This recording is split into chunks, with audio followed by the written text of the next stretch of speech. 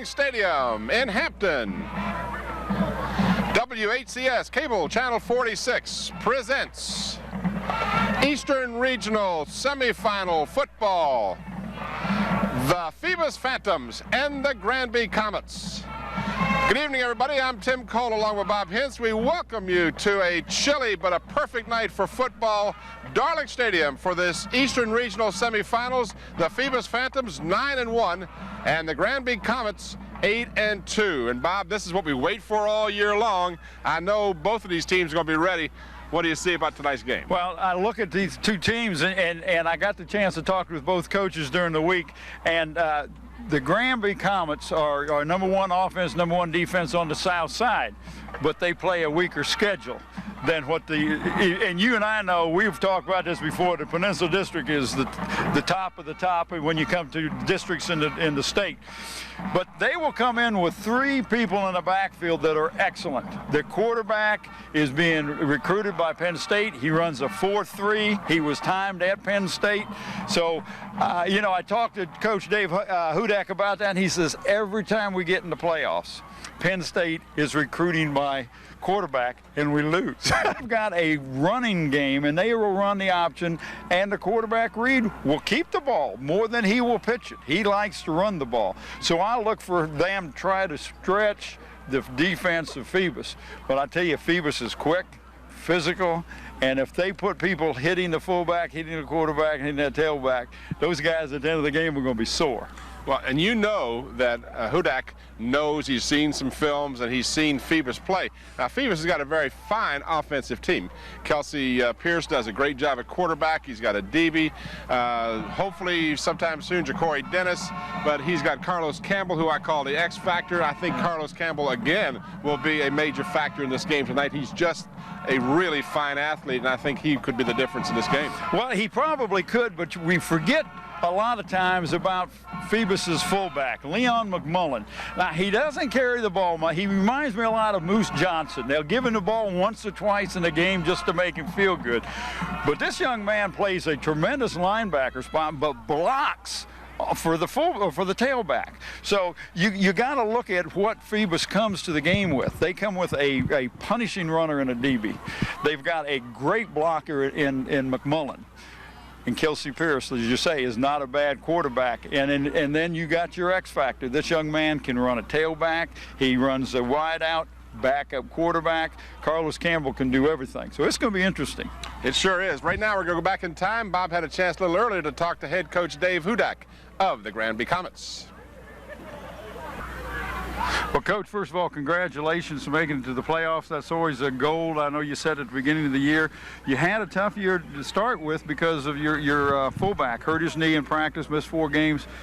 Looks like he's healthy from last week's game. Right. He's a big part of our team, and he's a 4-year starter, and he's the leader of our defense, and he gives us our inside threat. So with him being out, we had to do some things that we didn't want to do, and it hurt us early, but you know, he's worked his way back into shape, and yeah, he's ready to play. We don't want to forget his name. It's A.C. Cromer, right? That's right. Tell me a little bit about your team. I know you're #1 in offense and defense on the south side, but tell me a little bit about your team. We're pretty well balanced. We average about a little over 200 yards on the ground and close to 100 through the air, and we try to spread it out. We've got pretty good receivers. We've got some quick guys, some tall guys, nice variety of targets for Dexter, and with our inside and outside game, you know, we've given some teams some problems, but basically, you know, the line has gotten better every week, and we've improved as an offense and as a defense every week. And that's what you got to do. You got to improve every week. I know you're coming in with Phoebus. You told me when I talked to you before, 81, 91, 95, you run into Hampton. This is kind of a break for you. You get to run into Phoebus, but Phoebus is a tough team. Phoebus is an excellent team. It is different. You know, the 3 times I've been to the playoff before as an assistant and head coach, we've seen a sea of red across the field, and you know, at least they'll be friendlier colors with the blue and the gold. But yeah, Phoebus is a great team, and they've got great coaches over there. We work with a couple of them up at the Penn State camp every summer, and I've known Bill for quite a few years. We played them in a regular season back in the late '80s, and we're real impressed with their ball control and the size and the power of their team. Well, and also there is another connection. You're both from Pennsylvania, and I was just wondering if we get all these coaches from Pennsylvania, but you guys seem to do a pretty good job. Yeah, well, it's warmer down here. Good luck to you tonight, Coach. Thanks a lot. There's no question that Granby has an offensive lineup that's going to be something that Phoebus has to pay attention to. Now, their defense #1 in the district, but as you say, maybe perhaps against a softer schedule than Phoebus has had. But there's a couple of factors here that we didn't get to yet, and I want to touch on 2 of them myself. One is motivation.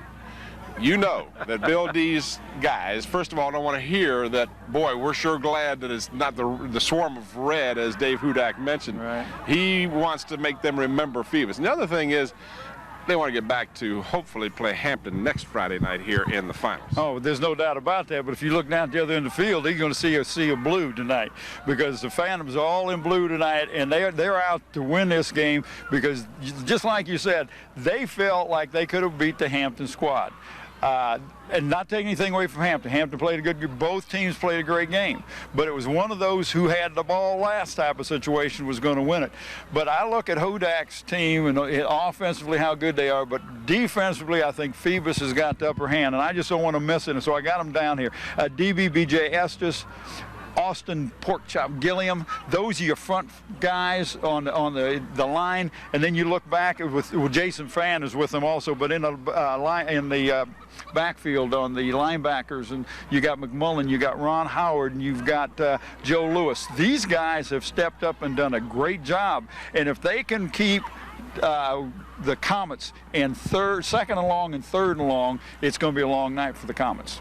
Well, it should be a great game. We have looked forward to it all week long, all summer long, all fall long to get to the playoffs, because there's nothing quite like it. Single elimination, winner goes on to play the winner of Hampton and Deep Creek. Hopefully we'll be back here next Friday night for a battle between Hampton and Phoebus. But nothing would make the people over in the peninsula happier. You bet. Right now we're going back in time. Bob had a chance to talk with head coach Bill D of the Phoebus Phantoms. Well, Coach, first of all, congratulations making the playoffs. I know that's one of the goals that you work for. Having the week off before this game, is that a help or hindrance? Or no, I think it helped us because we had, I think physically, we got to pull back on the kids a little bit and let some injuries rest. And emotionally, the last couple of weeks of the season, we're emotionally filled.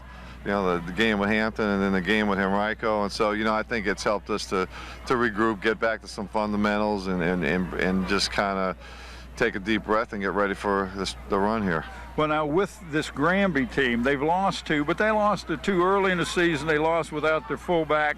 I'm not saying that's an excuse because he missed 4 games, but they seem to be on a roll. #1 over there on the south side, both offense and defense. Well, actually, they've lost 3. They got 1 back on a forfeit.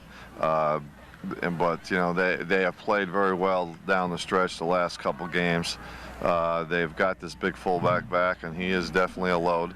They've got a quarterback being recruited by Penn State and a number of other schools, and they got a 1,000-yard rusher, and they got a big front, and they've #1 in offense and #1 defense over teams like Deep Creek and everybody else over there. So they're supposedly they're real happy to see us instead of Hampton. So everything's going real well for them, I guess. Well, it will be until they flip the coin and find out who's going to get the ball. Because I know you guys are ready. One thing that you can do is get your team focused on the game that they got to play this week. Well, we've done a good job of that all year, and of course, you get to this level, there's no tomorrows, and you better come out and you can't make a lot of mistakes. You got to play good fundamental football. You got to do the things that the small things that make you a winner, and that's what we got to do tonight. Well, and I talked to Coach Hudak. Both of you being from Pennsylvania, I says, I don't know how you guys got down. He says it's a lot warmer down here than up in Pennsylvania, but there is a kind of a little connection between you guys. Yeah, we're from the same state. That's about it. I don't know what kind of connection we got.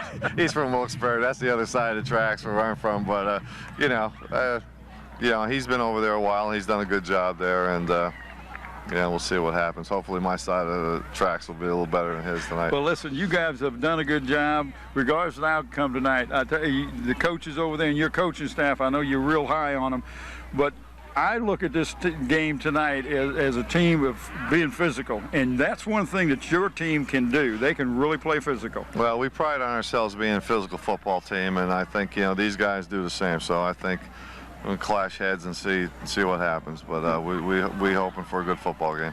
Good enough. Good luck to you tonight. I appreciate it. Good enough. Listen, stay tuned for tonight's starting lineups. Back here at Darling Stadium, the teams, at least the Phoebus team, arriving on the field, and this gives me the opportunity to tell you that tonight's broadcast is brought to you through the sponsorship of the following: Hampton Chevrolet at 1073 West Mercury Boulevard in Hampton, by Zooms with 5 convenient Hampton locations. When gearing up for your next print job, call Gear Up. By Stallion Brothers Heating and Cooling, never an overtime charge. And by Wood Funeral Home, where Richard Pulley is the funeral director. And by Tyndall's Custom Decks. Well, Bob, this is a game that, of course, is, as we mentioned, a sudden death or sudden victory, however you want to look at it, because this is single elimination. So the winner tonight advances to the finals next Friday night. The loser's done for the season. Phoebus has got to be very fired up for this game. Well, they really have, because they want another shot at Hampton High, and the only way they're going to get another shot at Hampton is they got to win tonight and hope Hampton beats Steep Creek over on the other south side. But this game is very, very important to the Phantoms. Bill D has done a great job all year. He's kept these guys focused on what game to play next and that sort of thing. While I got a minute, I do want to mention that we will pick a player of the game from the Phoebus Phantoms tonight. That player will receive a plaque and a shirt. The plaque comes from Buckwalter Engraving. They're located at Kickotan Road. For all your engraving needs, give Jim a call at 723-6067. Dave Buckwalter is the owner. The shirt comes from the Island of Hardware and Sporting Goods, and they're located in Poquoson. They can meet all your sports needs with a full line of athletic goods, both team and individual, equipment and uniforms, plus they have screen printing. So give Dave Chubb a call at 868-8467. John Roberts is the owner. There you see on your screen the visitors for tonight's contest, the Granby Comets. I haven't seen the Comets in many, many years, Bob. Of course, having been an attendee at Hampton High School back in the old days when the Eastern District was the only district. There wasn't a Peninsula District. Right. There wasn't a South Side. Granby, of course, one of the original teams, along with Princess Anne, Norview, Maury. I'm sure there's a couple I'm not thinking of, but Granby was always up there, right, with a fine. And they were the ones that was always very big in wrestling too. Yes, they were. I went over to Granby High and talked to Coach Hudak, and Tim, I walked in, and it was the same front. You walk in, it's a completely brand new school. It was like you walked into the Back to the Future type of thing. All right, gentlemen, want to go ahead and shake hands and introduce yourself to one another. While you're doing so, allow me to introduce myself and my crew. Mr. Harding, your referee. We have Mr. Van Patten here, who's your umpire. We also have Mr. Florer, who is the head linesman. Mr. Thomas, who is the field judge. To my right, I have Mr. Phelps, who is your line judge, and Mr. Parson, who is your back judge. We refer to your team all evening as blue. We refer to your team all evening as white. White talks to white, blue talks to blue. In a pregame toss ceremony, we threw a coin up in the air and it came down and said the following. Blue won the toss and blue elected to defer their choice to the second half. White then chose to receive, blue chose to kick the ball from the open end to the clock. Am I correct? Blue, you want to step over here, white step over there, please. Big blue. Big playoff time, baby. Time to go.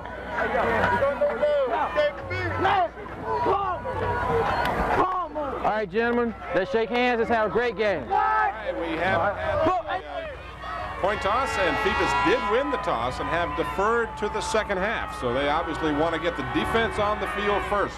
Well, and this is what they have done well all year, is their defense really comes to play. You look for them to really try to make them punt so they'll have good field position. You might want to talk about your officials tonight. We do appreciate they're from the Southeastern District. Well, the referee for tonight is Preston Harding. The umpire will be Tom Van Petten.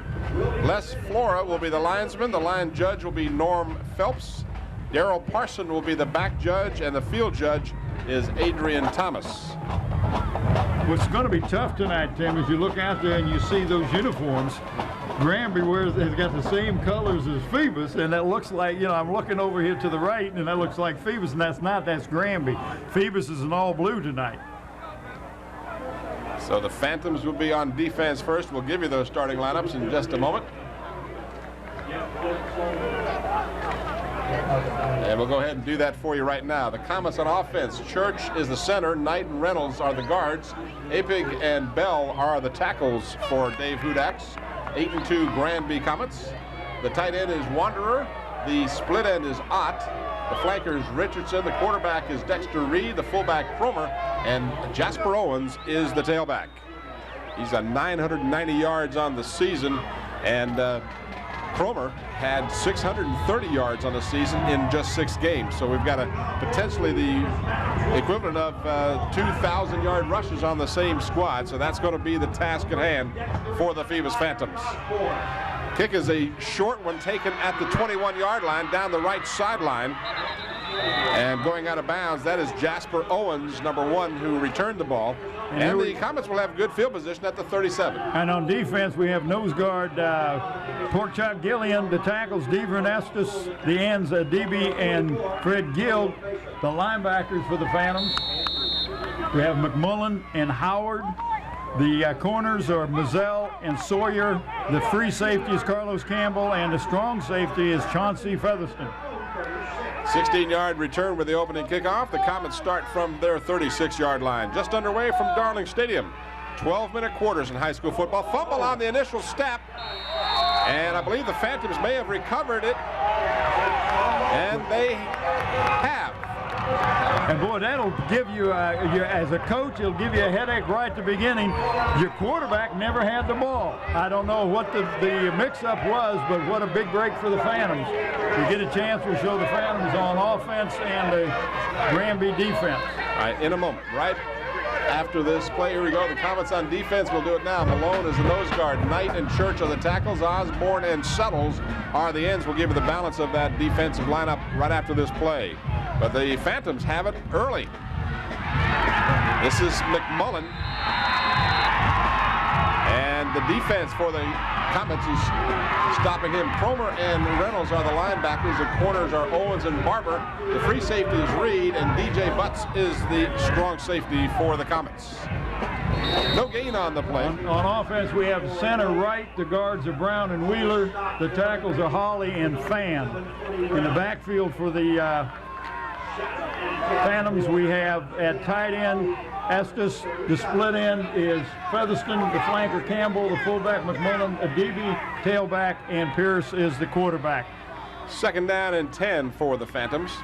This is Adibi, and Adibi into the middle of the line, nothing happening there either. You know, sometimes, Bob, a quick fumble like that is not a great help to the offense because they're not ready to come in yet. You know what I'm saying? Is the defense is ready to go on the field. The offense is kind of hanging there, saying, well, in a few minutes we'll be in there, but they're not all ready to run out to the field at that moment. Well, and you're right. You have to get mentally prepared, ready to go, but they've tried 2 shots right up the center, and that is a defense that swarms. As you can see, there were 9 defensive players around the ball carrier DB that last time. 3rd and 10 after 2 unsuccessful running plays. On play action, Kelsey Pierce looking, got a man open, he fell down and then had to scramble back to the ball and trapped it in doing so, and it's an incomplete pass. That brings up 4th down. That was intended for Featherston, but that was not a good pass. That was a little bit low. Well, I'm going to talk a little bit about the field, too. Now, the field, of course, this is the end of the season. The field's been kept in excellent condition, but there's kind of a dew on that field. Well, it rained just a little bit when Joe Horrell and I were out playing golf today. About 1, it kind of just sprinkled a little bit. We thought about you. Right? Well, we thought about you. Not long, but we thought about you. Not long or often. All right, Zamora is back in deep punt formation. And he angles it to the right side away from the return, gets a good Phoebus roll, and this will be an excellent placement of the ball. It'll be all the way down to the 6-yard line. So the Comets will be backed up to their 6. 31-yard kick, but that does not tell the story of the effectiveness of that punt. It sure doesn't. WHCS Channel 46 welcomes you to the Math Zone, a live televised interactive call-in program for students to get help with their math.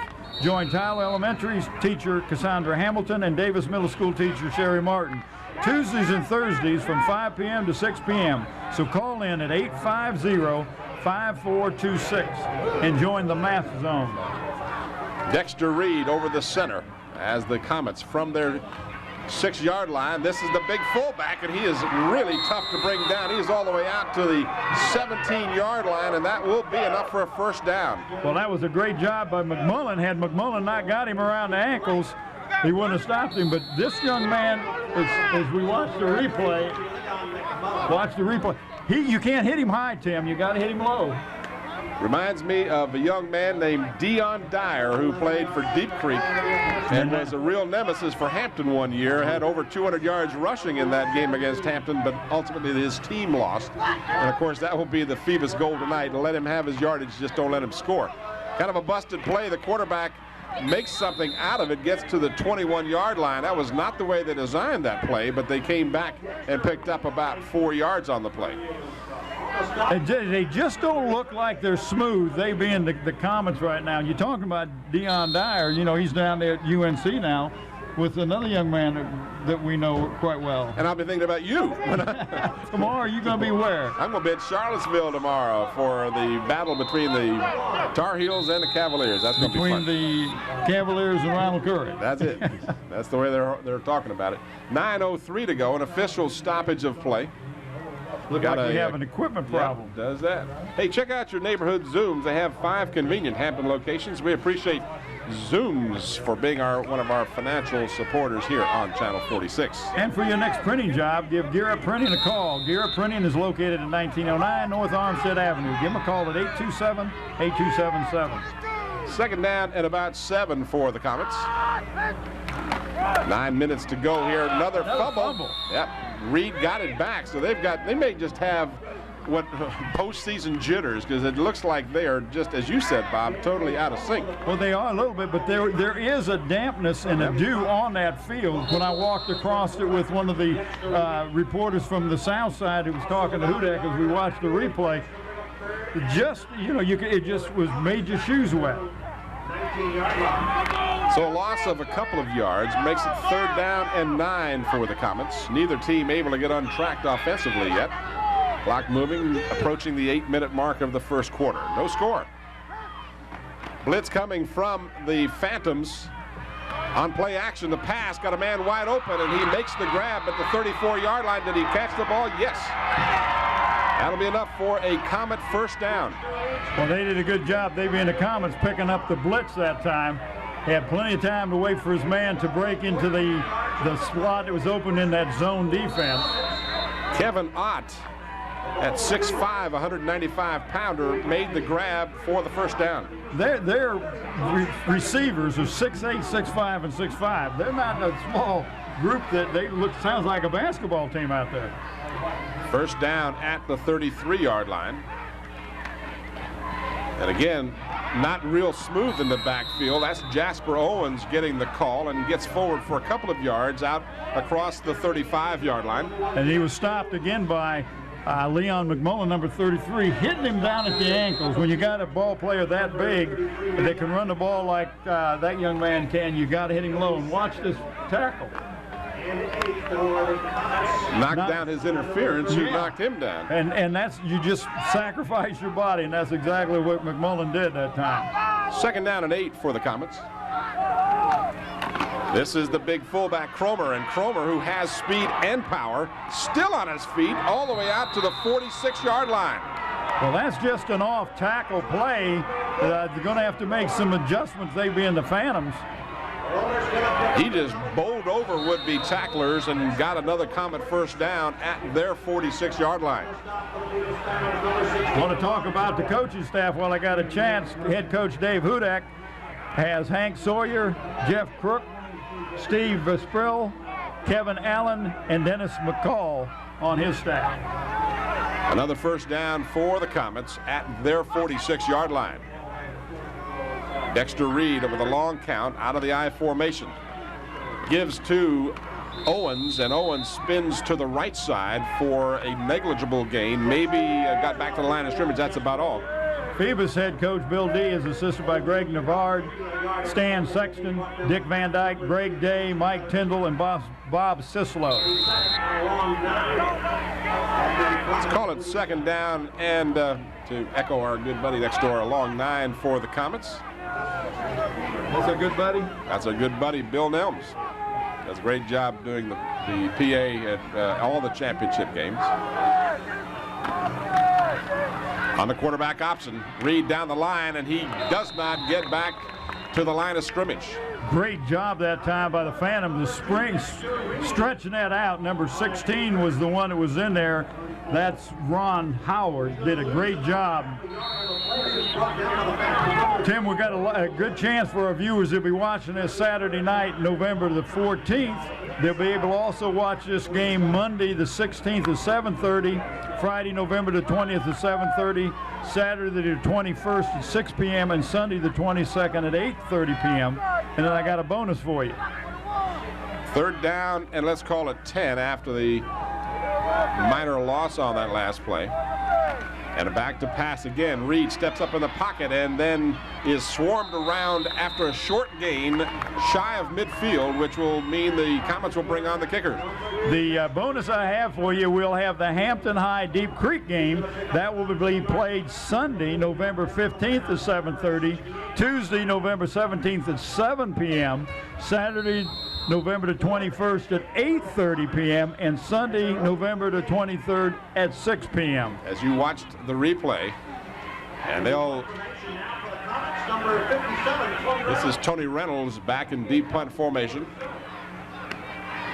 Some pressure put on him, but he gets a clean kick away, and that should be interference. It will be a penalty against the Comets. You cannot interfere with Carlos Campbell's efforts to make the grab. Fair catch or none, that is a clear case of interference. Yeah, you gotta give him a chance to catch the ball. Hey, we're happy to have Wood Funeral Home as one of our sponsors again this year. Wood Funeral Home, where the funeral director is Richard Pulley, and on staff are Brian Wood and John Ware. Here's the replay of the kick.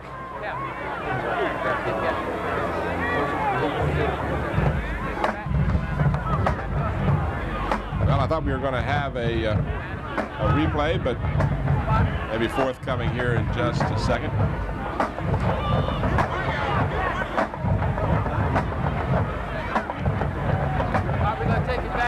So the officials are discussing the play, and we'll listen. We have kick catch and interference with opportunity to make a fair catch. On the kicking team, 15-yard penalty, we'll replay it down. So that is the call, interference. Now what are they going to do? Make him kick it again? Interesting. So they're going to make him kick it again rather than give him 15 yards from the spot of the foul. Well, Phoebus came real close that time of blocking that punt.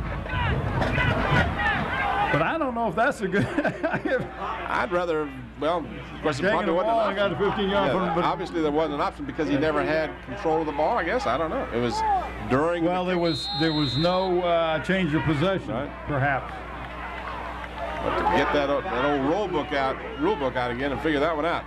All right, let's see what happens this time, as Reynolds will be standing at about his 20-yard line when he gets this one away. Token pressure from the Phantoms, and the punter gets a terrible punt away. He slipped again on what appears to be a very moist field, and Owens ended up on the seat of his pants and got a good roll to the benefit of the Comets. And you know, Tim, the ball ended up about where it would have been if they'd have given the 15-yard penalty from the last penalty. Actually, 1 yard less. Watch, you'll see the replay here. You're going to see Owens gets a good snap, and as he kicks the ball, he just simply falls down. His footing slipped underneath him. And the Phantoms have it first and 10 at the 45.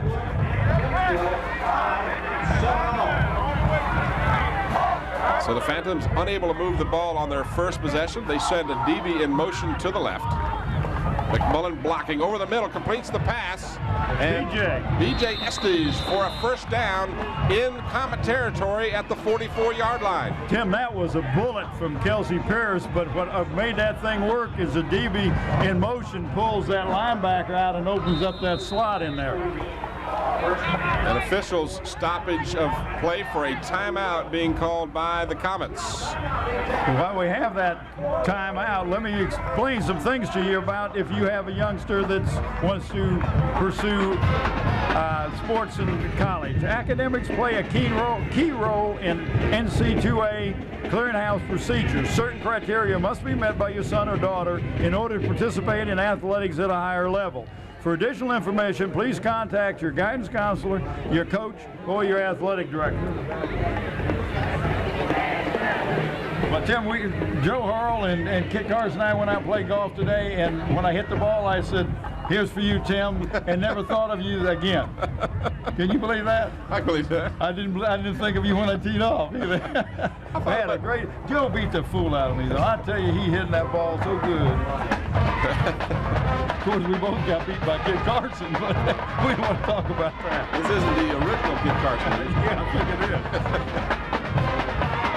Hey, Hampton Chevrolet is a locally owned business, and they strongly believe in supporting the community which they serve. Hampton Chevrolet urges you to get involved with your students' school PTA.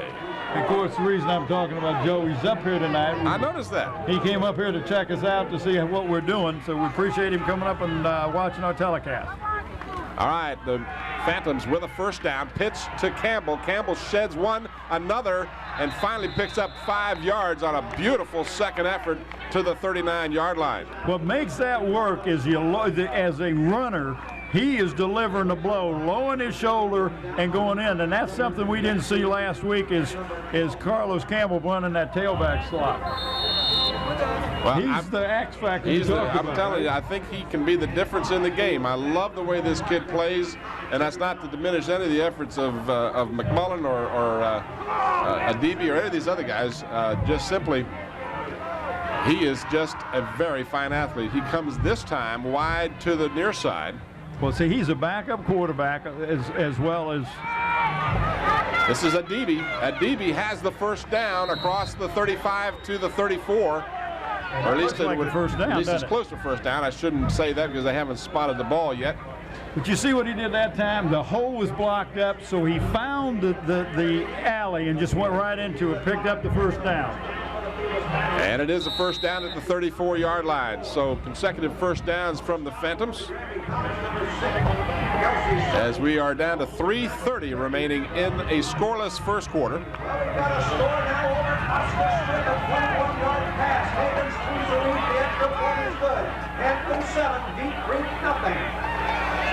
So the Phantoms, first down. This is McMullen.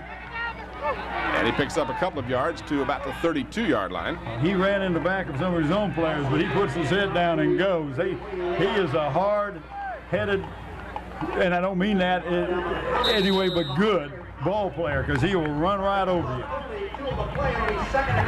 Second down and 8 for the Phantoms. We are being given partial scores. Of course, as you see this game, you'll already know the final score of the Hampton Deep game, so for that reason we won't give you that information. The pitch goes to Campbell. Campbell gets away from one tackler, but not another, as the defense for the Comets swarms to the right side, and they stop Campbell for a loss on the play. They sure did, and they really strung it out. Tony Reynolds, the linebacker on that side, was instrumental in stopping that play. Watch the replay.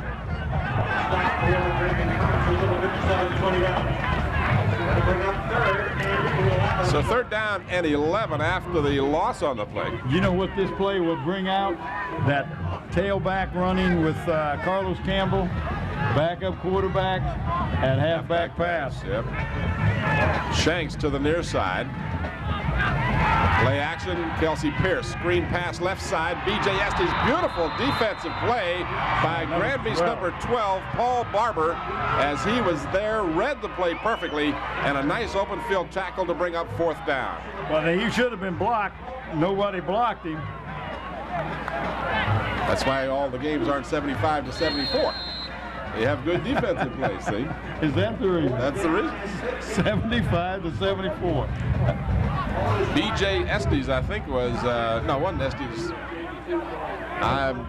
Bob asked me who caught it. I was just concentrating on the play. I don't remember who. Oh, the snap way over the head of Zamora. He's going to have to run with it now. And this is going to give the Comets great field position inside the 30-yard line of the Phantoms.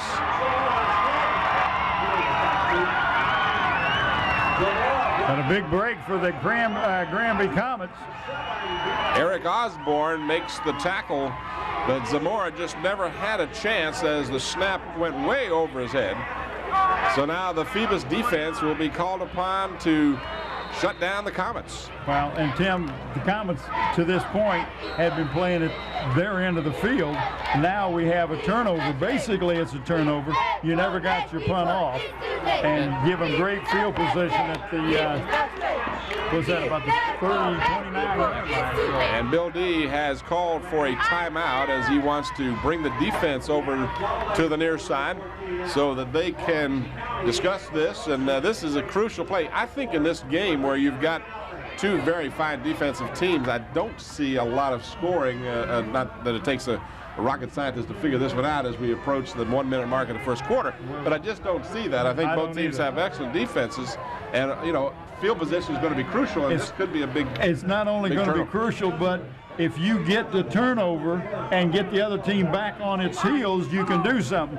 Now, I know that they don't have anybody that can kick a field goal that they're comfortable with, so they're going to have to try to score by running the ball or passing the ball, they being the Comets. You know, Phoebus right now, Greg Navard had the team over. Bill D was not talking to defense, Greg was. That's his way. He is a defensive coordinator, and he's got those guys on the right page. So, and it's not officially a turnover, but it is a turnover when you have a bad snap like that. To me, it's a turnover. You give them the ball much further back than where you were kicking it from. If it had blocked the kick, it'd have been a turnover. You are correct.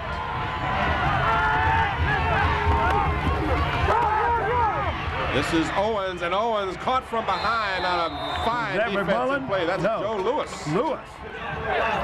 Joe Lewis, number 34, in on the stop for the Phantoms, and the loss all the way back to the 36-yard line. Did a great job of that time of getting a hold of somebody. Watch the replay.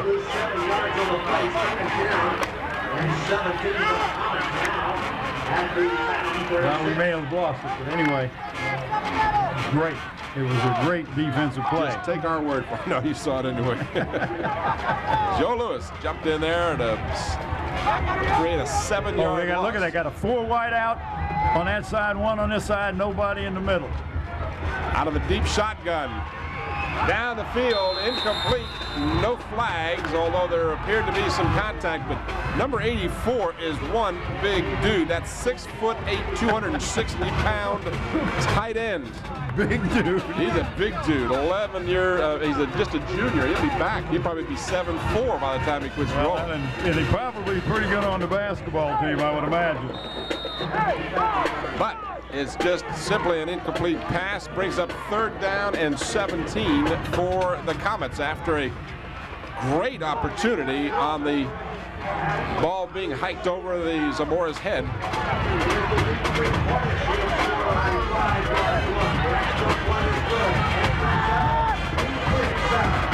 And in motion to the near side is Owens. Handoff to the big fullback, Cromer, and Cromer will not get the first down as he is stopped at about the 26-yard line. I tell you, number 50, the linebacker, one of the linemen for Granby, Nathaniel Knight. Now, Nathaniel is one good-sized young man, too. 6 foot 276, and he is downfield blocking on a quarterback, and he is happy. We got an end of the quarter. All right, we've played 12. It's been a defensive struggle. The Comets looking at a 4th down and about 8 as the play you see there, the final part of the tackle on Cromer. but he is one great big running back. He really is, Tim. And in the situation you are right now, they're not going to attempt a field goal. You don't punt the ball because if it goes in the end zone, you only gain 6 yards. So you're in 4-down territory as far as the Comets. So now Phoebus has got to play real tough and not let the big guy pick up 7-8 yards.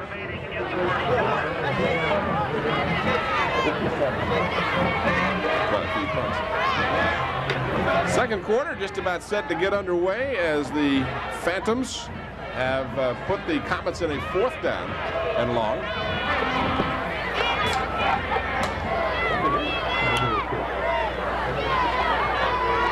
If they were to, if they were to attempt a field goal, which as you said, Bob, I have to agree with you. I just don't think they are.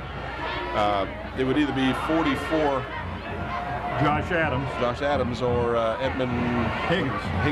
So, but that's not a problem because that's not what they're doing. If they've got an Achilles heel, it's the punting game and the kicking game. And the punter likes to sit. At this point. All right.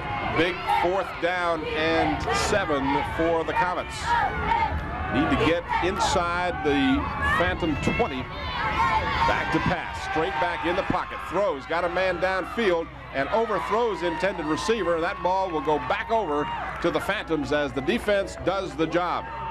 And Tim, that really dodged the bullet because they turned the ball over on that bad snap from center. And here's your replay.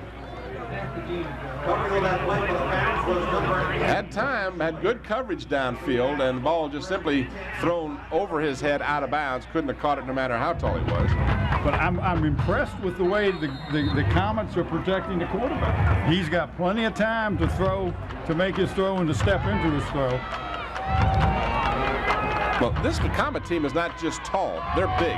They're big linemen, and they're tall, big guys. Downfield, Carlos Campbell just out of his reach as the left-handed quarterback Kelsey Pierce threw it about 45, 50 yards just out of his reach. And I don't know that if Campbell didn't hesitate, just break his stride just a second, and that took him, that would have taken him a yard quicker had he not done that.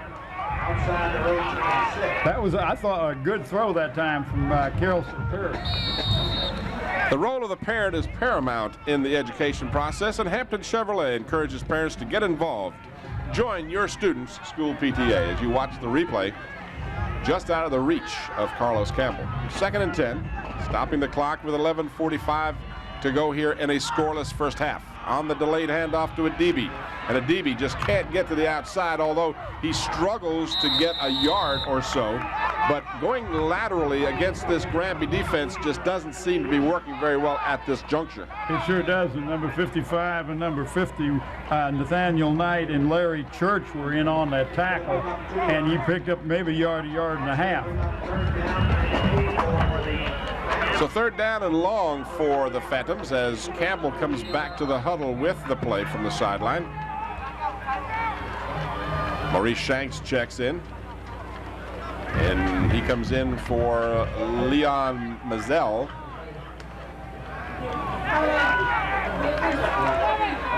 Third down and almost 9 for the Phantoms. They take their time getting up to the line of scrimmage, but they're dangerously close to taking too much time. In motion is Campbell. Pierce back to pass, has some time, has Campbell wide open at midfield, and Campbell's got a first down at the 44-yard line. What a nice throw and catch that time. And I apologize to Mike Tyndall because I forgot to mention him during the first quarter. Have the beautiful deck you always dreamed of called Tyndall's Custom Decks. Call 825-DECK. 29-yard pass and catch by Carlos Campbell from Kelsey Pierce, and the Phantoms have a first down at the 44 of Granby. Adibi, and Adibi bulls his way into the open. He's got some running room inside the 30 to the 27. Nathaniel Adibi, who had better than 200 yards in his final regular season game, picks up 19 on that play. You see some part of our crowd here tonight, Tim. We got a big crowd on this side. DB with better than 200 yards in his final game. Cromer had 300 yards against Maury for these Granby Comets. DB had it against a real tough team. There you go.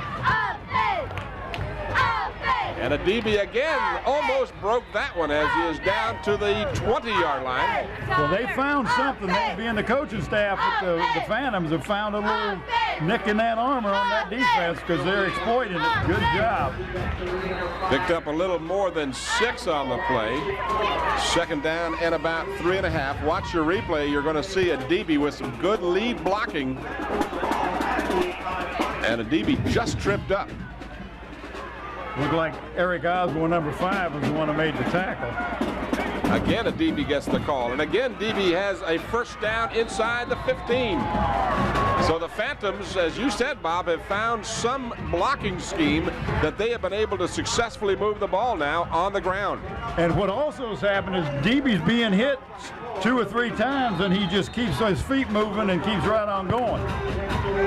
Another first down for the Phantoms. The ball marked just inside the 15-yard line. No score in the ball game. 9-11 remaining in the half. Kelsey Pierce, short drop, wants to pass, throws the fade for Shanks. Shanks caught the ball. Touchdown! Oh, what a nice catch! Whoa! Whoa! Hold on! My goodness! Boy, if he did have a barely had it. And that, oh, you're in high school and college. You need 1 foot. You don't need 2 like you do pros. And that was good defense, Tim. Perfect defense. That ball was either going to be caught by Shanks or comes with 8:59 remaining in the half. And Tim, that was after a great defensive stand down at the other end of the field. So they got the ball, and that was a long drive. I know your statisticians got, whoa, we got. Yeah, we got offsetting personal fouls. Does the touchdown stand? Yes, it does. Whoa. Little moment of concern there. Tom Gear is on the board of directors of Big Brothers and Big Sisters of the Peninsula. They have over 200 little brothers looking for big brothers. And this is a great program. If you're interested, give the Big Brothers, Big Sisters a call at their office at number 827-0110. They need volunteers to spend 4 to 5 hours a week with little brothers. Paul Pavlik on to try the extra point. Hopefully we'll have a replay of the touchdown. His kick is long enough, and it is good. So with 8:59 remaining, here is the replay of the touchdown. And you'll see this nice, it was just a lob pass.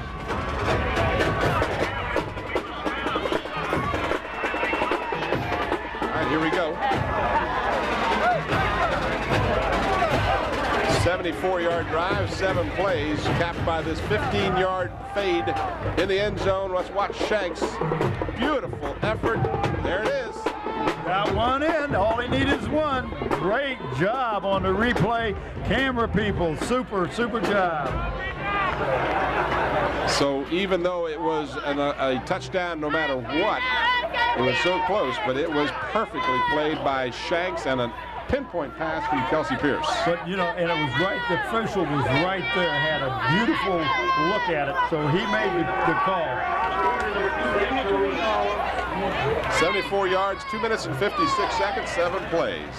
Thank you. Appreciate Bill Nelms and his entourage for providing us with statistics. Well, if you're looking for a new deck or a privacy fence, give Mike Tyndall a call at Tyndall's Custom Decks at 825-DECK. He's award-winning young man with his custom decks. All right, the Phantoms will kick it off. Again, relatively short, taken at the 18-yard line. That was Eric Osborne on the carry. 17-yard return on a 42-yard kick. And the Comets will start from their 35-yard line. So the defense stood tall for the Phantoms, got the ball back for the offense, and they went 74 yards and capped it with a beautiful pass in the back of the end zone. Well, and again, defense started that. And what was the length of that drive? 74. See, and you stop them defensively, and then you drive the ball down. Great job. Now you want your defense to stack up again. And there's fan number 66, Tim. And on the stop, Jasper Owens trying to get to the outside. Nothing happening. Loss on the play of a yard. Jason Fan, good ball player. One of those young men I talked about earlier on defense for the Phantoms.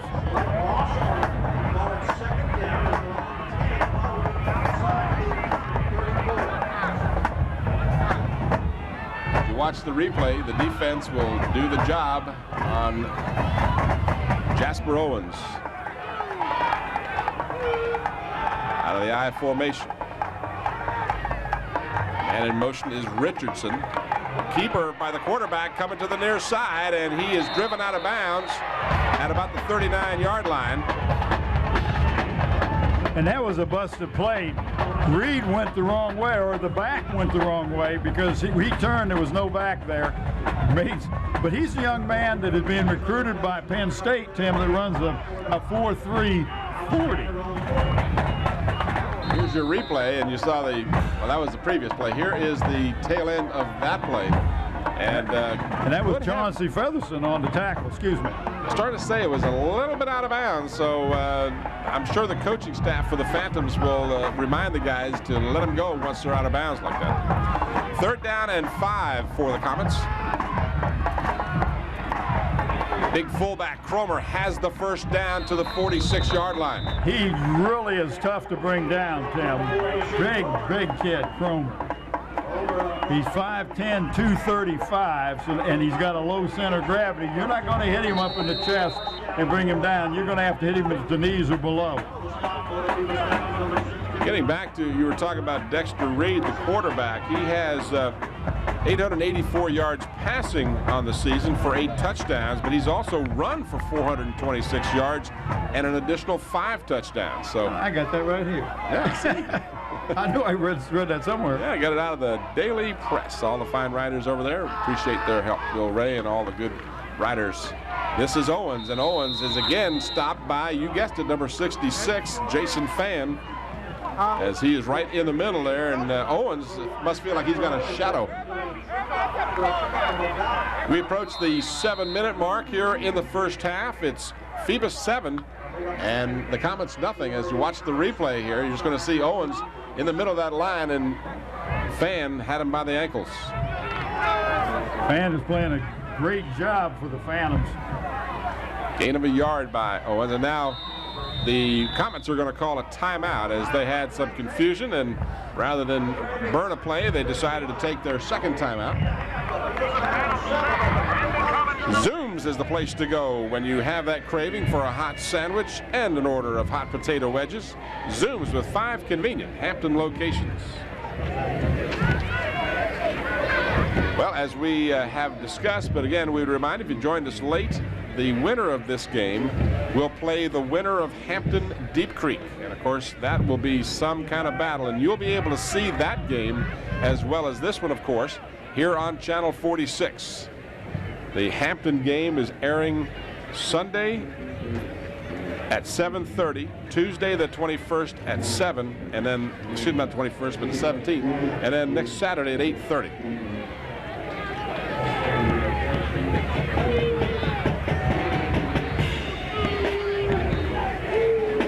Now, how this would work out, and we can get into this, but just wanted to touch basically on it. If Phoebus wins and Deep Creek wins, then Phoebus would have, there you see the air time, they would have to play at Deep Creek. That's correct, because Deep Creek is the number 1 seed. If Hampton wins and Phoebus wins, they'll play here, which would be, Phoebus would be the home team. Right, because a higher power point. Owens spins away and gets to midfield, just across midfield. That brings up 3rd down and almost 6. Austin Porkchop Gilliam had him and wrapped him up, and he spun out of his grasp, but that brings up a 3rd and 5. Watch the replay here. Owens got away from the first contact. You see who's up there making those hits? Number 30, Chauncey, and we love that name, Featherston. Chauncey Featherston. Sounds like he should be eating team trumpets. He's only 160, Tim. And we got an official stoppage of play. They're going to ask the band to stop. That happened last time we were here with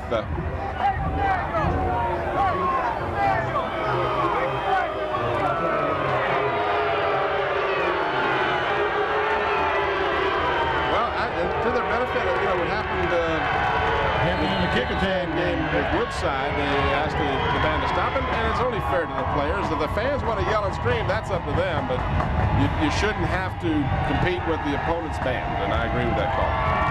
Reed back to pass, has plenty of time. Over the middle, just dropped the pass right in the hands of Leslie Richardson, and he will dream about that one for a while. Well, I tell you why he lost that ball, because your X Factor, Carlos Campbell, shot right in front. Might have got a hand on it, Tim. I'd like to see that replay, but he was right there. Here it comes. Watch him coming across the field.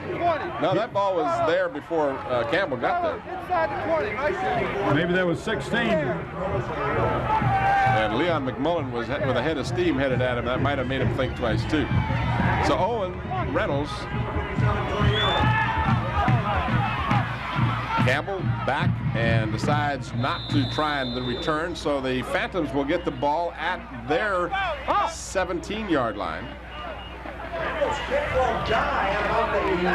Almost the 18, I guess. Well, Granby is basically a senior-dominated team. A.C. Cromer started as a ninth grader. There was three of the ball players that came back. Well, actually didn't come back. Have been with this team since they won their last championship over on the south side back in '91. That's Dexter Reed and Nathaniel Knight, along with A.C. Cromer. Good leadership ability with those three young men. So the Phantoms will start about the same spot they did for the last drive after their defense did the job. Pierce on the option, and he'll keep it, and he will be driven back on a nice tackle at about the 21, 22-yard line. In on the stop was at 56. I think it was 4. That was Cromer. Cromer? Yeah. Yeah. He doesn't just run with the ball; he'll hurt you if you're running. Well, with he the ball. plays the linebacker on that one side.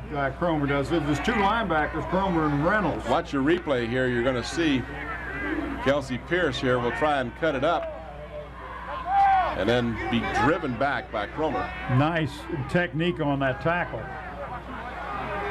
Tell the young man's a 4-year starter. Pierce wants to throw. Got it out on the flat to Carlos Campbell, and is he decked by Jasper Owens. Oh, wow. These guys hit. You know, you can talk about the competition that Granby plays on the other side. Well, but Campbell, this bunch of kids play some football. Well, Campbell tried to make a move, and you can't get your footing. Right. That's slick out there, and his feet was going out from under him as he was hit. Looked like he was clotheslined. Picked up good yardage. It brings up a 3rd down and 2. Now we have another official stoppage. All right, we'll return to Darling Stadium after this brief timeout.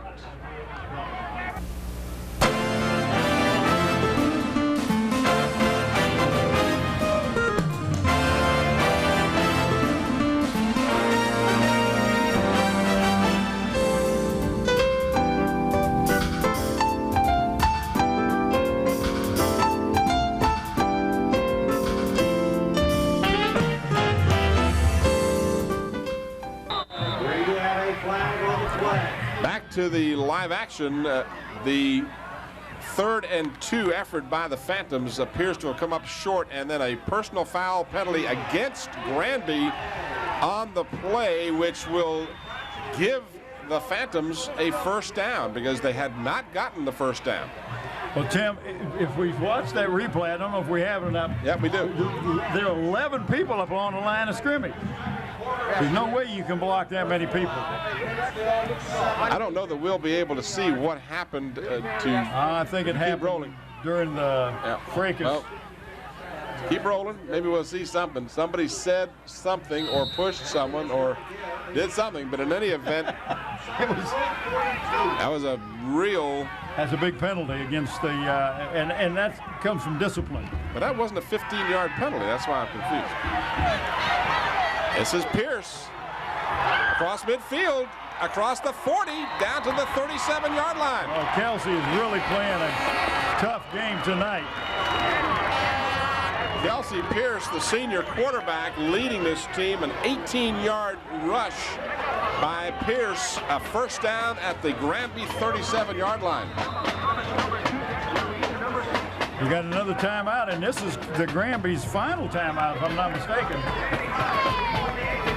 That would be their final at the 37-yard line. The Phantoms are taking it to Granby right now. The defense, that personal foul penalty just could end up being a huge penalty if the Phantoms are able to score again here before halftime. 3:48 to the half. This game, of course, decides the finalists, and the winner plays the winner of Hampton Deep Creek. And if you look at the schedules this year and the power rating and the teams that are tough teams this year, Division 5 by far just outweighs Division 6. It's amazing that you have the bigger schools that Division 6 are, and they are not at all as tough as the Division 5 teams. Bob just reminded me that there's 12 seconds less than 4 minutes remaining here in the half. Hey, I'm not getting into that. Scotty threatened us last week. So Killen doesn't forget. You got to watch him.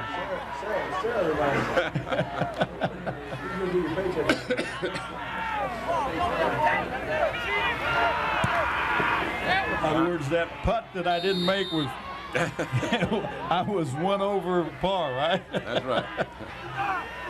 One less putt and you were under. This is Adibi, spins away from a tackler, and they swarm to him at the 35-yard line, keeping him inbounds, and the clock continuing to move with 3:35 and the clock moving. The Phantoms have 2 of their 3 timeouts remaining. The Comets have used all 3 of theirs here in the first half.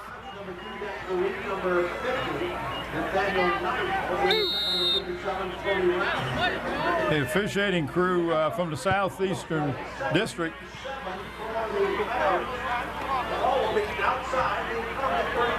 Pickup of almost 3 on the play.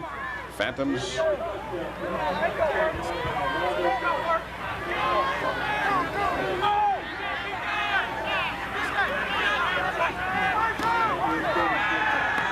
Kelsey Pierce faking short, going long again for Shanks, and it's picked off. Double coverage. This is Dexter Reed, the quarterback slash safety, and he's got some running room down the sideline. B.J. Estes is trying to get the angle on him. He'll have to cut back, and that will not give him a coast-to-coast return, but a beautiful play by Reed. Well, you take from a potential score, and now they've got the ball at the other end. What a great play, but that was double coverage. It was a stop and go, but the defensive back never pulled up. Got that ball at, what, about the 5 or 4 yard line? Actually, it was closer to the 2, I think. We'll call it a 65-yard return. So once again now, the Phantom defense will be called upon, and they're going to do as they did the last time that they had a similar situation. They're going to call a timeout. Here's the replay. This is Fan trying to catch Dexter Reed, but he is too quick. Carlos Campbell ended up catching him.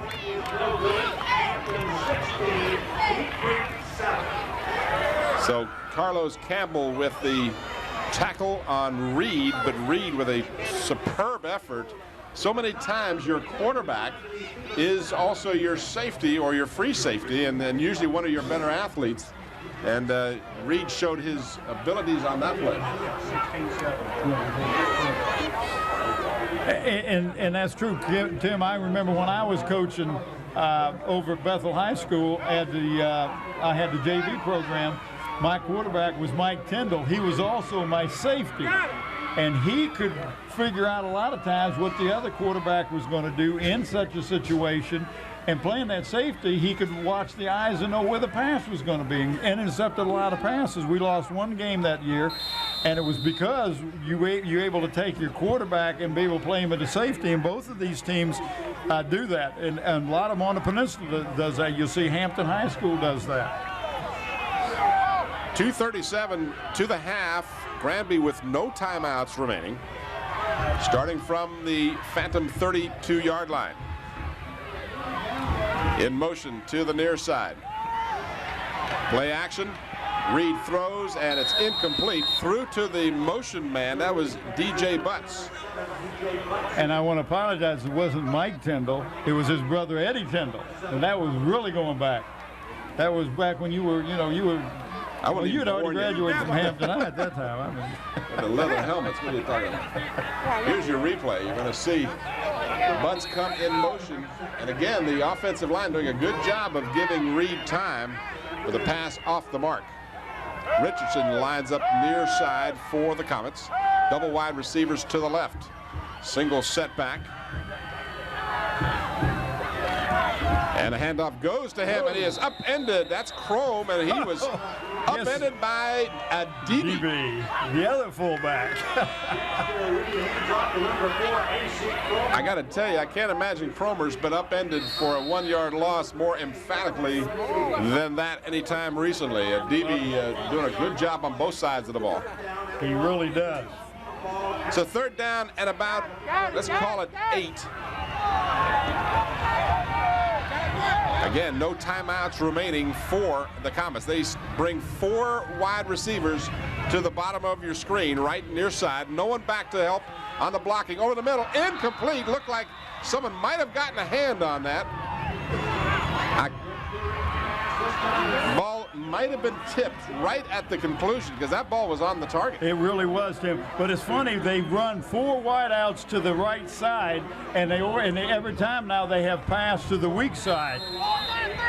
So it brings up another 4th down, a crucial 4th down. Here's your replay. You're going to see, I don't know that he got a hand on it. That ball should have been caught, but thrown a little behind the receiver. Again, the Comets come with the the 4 wide receivers to the near side. No one back to block for Reed. He's standing in the backfield by himself. The rush coming, flag down. And let's see if there wasn't some premature motion.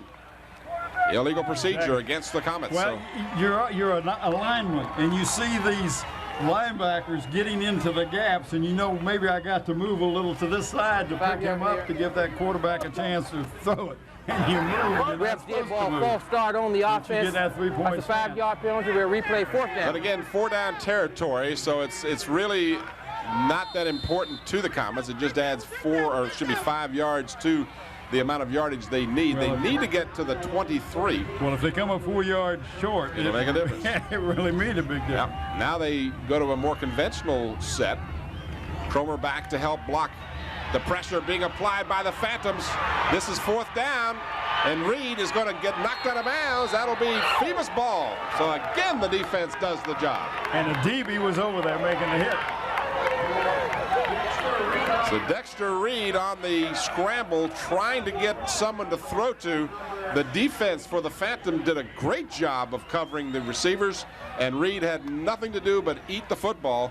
And again, the defense for the Phantoms has come up huge. Here's your replay from the ground level. Reed feeling the pressure. That's Joe Lewis, 34, who almost got him there. Fan, 66, and then finally driven out of bounds for a loss and a 1st down. Phantoms with 1:37 remaining, and they have 1 timeout. This is the draw play to a DB. A DB just put his head down and bowls over the tackler at the 43-yard line. That was DJ Butts he went over the top of. Punishing runner is a DB.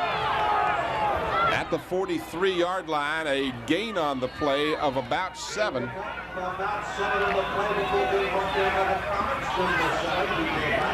So Butts in on the stop. Butts couldn't get out of the way.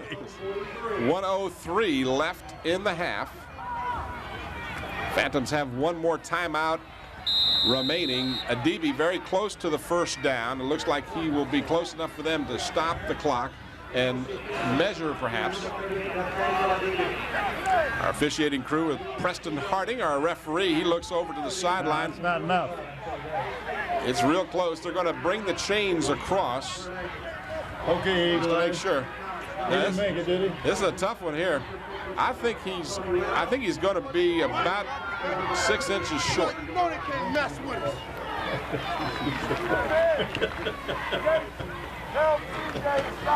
Stretch the change. You watch the replay here.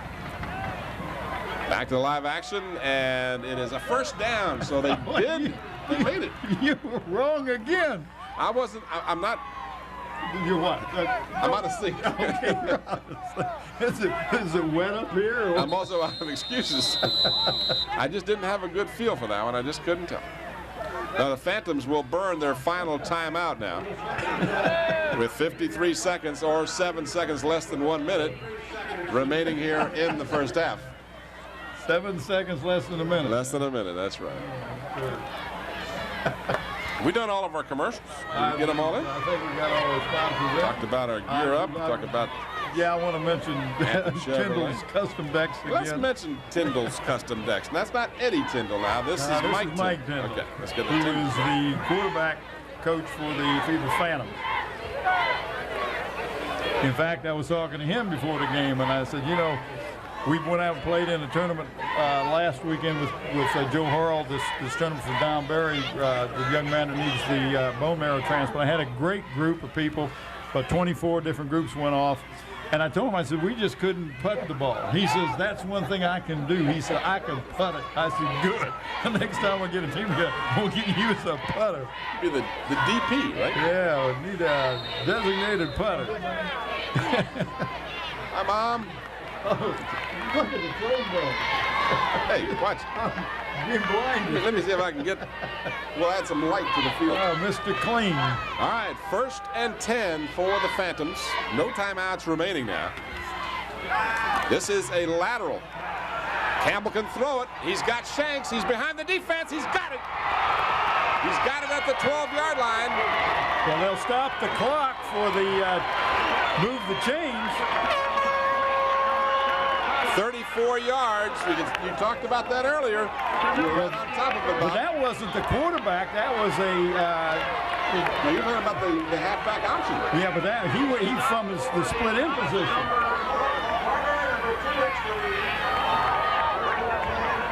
Campbell right on the target. Back to the live action.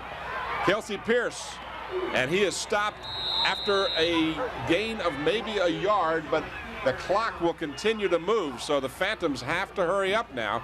They have no timeouts remaining. 2nd down and 9. Well, they get one more shot, and then they can wait and try for the field goal. But they got to go into the end zone. Oh. So Pierce is going to down the They're ball, gonna do it right now. spike it, and stops the clock with 12 seconds. So they have 2 plays now. They've got 3rd down and 9, so they can go with one shot to the end zone or the out of bounds play. And if that doesn't work, then they'll have time to try a field goal. 12 seconds remaining in the half, 7-0 in favor of the Phantoms. Their only score, a 74-yard drive after the defense held. You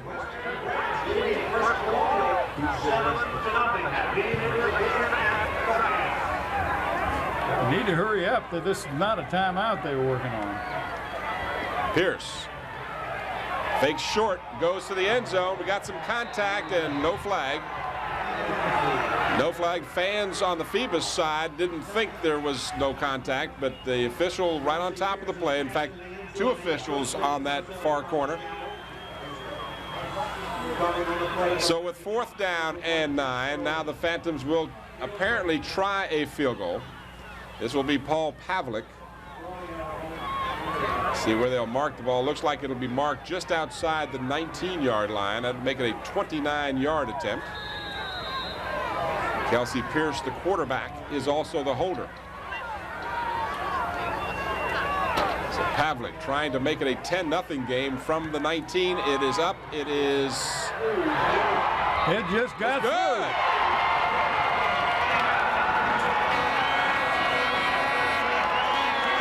So the Phantoms are able to make it count with 1 second remaining till halftime, and they take a 10-0 lead with a 29-yard field goal from Paul Pavlik. That ball just made it over the crossbar. No wind tonight, nothing to help you or nothing to hurt you.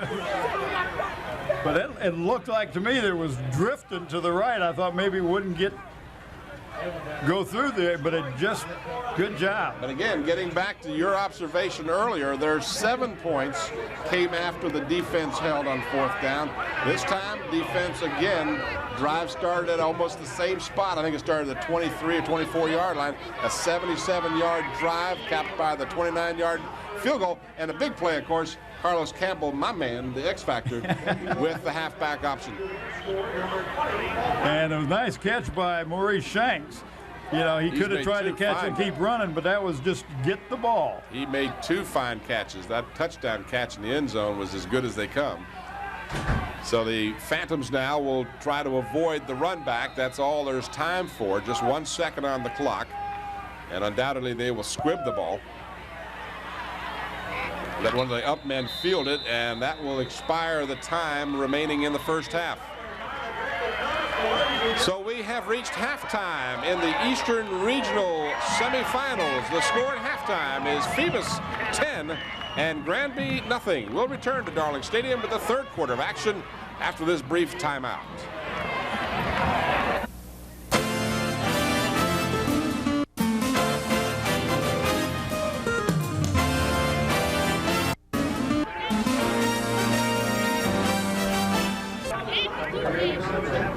Back here at Darling Stadium at halftime, Tim Cole, Bob Hintz, Bob Killen, and the entire Channel 46 crew happy to bring you this the regional semifinals between the Granby. Let's try that again. I had that wonderful Snickers bar at halftime. Still got it in your teeth. I got my tongue all tangled up. The Granby Comets and the Phoebus Phantoms. The Granby Comets in the first half carried the ball 19 times for 44 yards. Their leading rusher was their big fullback A.C. Cromer with 5 carries for 38 yards. They were just 1 of 6 passing for 14 yards, and their total offense in the first half, 58 yards, 4 first downs. They fumbled the ball twice, in fact, including the opening play of the ball game, and they lost that 1 fumble. They were penalized 3 times for a total of 35 yards. For the Phoebus Phantoms, they rushed the ball 17 times for 79 yards. Their leading rusher was Nathaniel Adibi. He carried the ball 10 times for a total of 51. Kelsey Pierce, much more success than his counterpart for Granby. Kelsey's 6 of 10 with 1 interception, total offense of 82 yards passing, and of course the big touchdown to Maurice Shanks. Shanks, the leading receiver, with 3 catches for 60 yards and a touchdown. The total offense for the Phantoms in the first half, 79 on the ground, 82 passing, a total of 161. They had 10 first downs. They had 1 bad snap on 4th down, which resulted in essence, a turnover, and the Phantoms were totally penalty-free in the first half. Our score as we approach the second half, which, by the way, will find the Phantoms getting the kickoff as they won the toss and deferred to the second half. Phantoms leading 10-0. Bob, this sets up a great second half. The Phantoms scoring the field goal just before the end of the half, a 29-yard field goal by Paul Pavlik, and that could turn out to be a huge field goal. Well, it really did, Tim, because they were down there in field goal range when they had a pass intercepted and ran back for 60-some yards, and then the defense again came forward, shut them down, because then, Granby is not going to punt the ball when they get it inside the 30-yard line. So they've had to stop them fourth down a lot of times. Not with their rushing attack that, let's face it, the Phantoms have shut them down. I mean, they've got, what I just read, 44 yards rushing in the first half. Squib kick is fielded and taken by the Phantoms at the 28-yard line, so a 33-yard kick with no return, and the Phantoms playing on the safe side don't need to do anything foolish. And again, there's a kind of a misty moisture to the field, which has made some of the footing particularly precarious. Well, and not only that, Tim, that ball hit the ground, so it's going to pick up wet. Mazzell is the one that got the ball, and he just downed it. Not even going to try to run it. As you saw on the replay. All right, from the 27-yard line, Kelsey Pierce over center. Got McMullen leading the blocking for Adibi, and Adibi gets to the corner and steps out of bounds at the 35-yard line, picks up almost 7. He was put his head down, and number 12, Paul Barber, who was 5'9", 153, he just went all, he said, don't run over me. Do want to make a point here that, of course, the Phantoms are playing this game as they have 5 previous games to include this one without Ja'Cory Dennis, who was an integral part of their offense earlier in the season. Ja'Cory Dennis, you may recall, broke his arm, but he is now mended and could play next week if there is next week. Yes, right. And the young man broke both bones in his arm, not just one. Come on, man! Second down at about 3, and this is McMullen for the first down to the 45-yard line. He looked like a bowling ball of what coming through there. Excellent. Low to the ground, Leon McMullen. Give you his statistics real quickly, his physical statistics, only 5'9", 225. He's built very similarly to A.C. Cromer. Watch McMullen here just burst up the middle for the first down at their 45-yard line. Shanks wide to the right, Estes on the right side as well. Handoff goes to Carlos Campbell, and Campbell struggles forward, still on his feet, across midfield, to the 49-yard line of Granby. You see, one thing about the Phoebus runners is they all keep their feet moving. After they're hit, they don't just stop. Have that beautiful deck you always dreamed of. Give Kendall's Custom Decks a call at 825-DECK, that 825-DECK. Did a brain lock there for just a second? Yeah, they just froze upon me. What am I going to say next? I get a part of that Snickers, I guess. Second down and 4. And McMullen gets the call, and he picks up a couple. It'll bring third down and about 2 at the 47-yard line. There was nothing straight ahead. He just popped it outside and picked up a couple yards, but that was strictly because there was nothing right up the middle. Hey, Zooms is a great place to go for good food, and they have deli sandwiches, pastries, snacks, hot foods, and of course, Pepsi products. Zooms with 5 convenient Hampton locations. Third down and 2 for the Phantoms. They need to get to the Granby 45-yard line to keep this drive alive. 11 people up on the line of scrimmage. Kelsey Pierce is very close, depending on the mark. Quarterback keeper took the ball on the left side. He is right on the 45-yard line. Just depends on whether it's just shaded to the right or the left of that mark. And that's going to be close enough, I think, for the officials. Well, they're going to. You're going to say it's the first down. Wow, but that was close. You and I haven't been right all night. Well, that's a real wide yard marker there. So, but that was, in my opinion, I would have thought about bringing the chains across. There you see the replay as Pierce kept the ball. And it looked like he was across the 45, but they spotted him down at the 45. But in any event, it's a first down. Adibi gets the call, and he is caught from behind for no gain. And in on the stop for Granby was number 50. That is Nathaniel Knight. The young man is good size, 6 foot 276, very quick for a big man. Gain of about a foot. Let's call it second down and 10 for the Phantoms. Stallion Brothers Heating and Cooling. They're locally owned and operated, and they service and install most brands. 24-hour service and never an overtime charge. Give them a call at 825-1416 or 850-5564. Second and 10. Play action. Kelsey Pierce looking. Throws, got a man open, got him at the 25-yard line. Shanks came all the way across the field, Tim, all the way across the field to catch that ball. Maurice Shanks on the receiving end of a 22-yard pass. First down at the 23-yard line, 24-yard line is where they mark it. That was a great fake to a DB because the defense watched the replay. It looked like DB had the ball. And see, the big thing here is, besides the accuracy of Kelsey Pierce, he's a left-handed quarterback. And it's so hard to remember that when you see him rolling to his left, you think, well, he's going to be awkward, but he's not. He's rolling to the correct side, if you will. 24-yard line. Pierce floats it up for Shanks, and he is held. Yes, really. I mean, give me a break. Well, and that's not a bad move if you're a defensive back, Tim, because you go back and you get just a penalty from the line of scrimmage.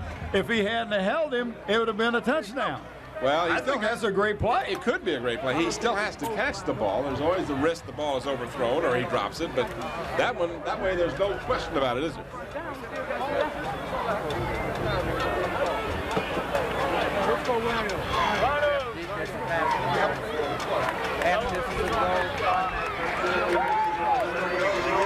Watch the replay here. I don't know that you'll be able to see it as clearly as it occurred.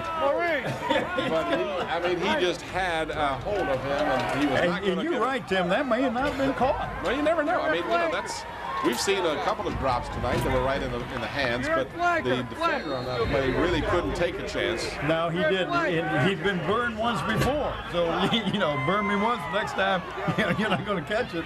I'll get a penalty, but you're not going to catch it. They're at the 12-yard line. Now the Phantoms, with some confusion, have to burn a timeout. And that comes with 8:27 remaining in the third quarter.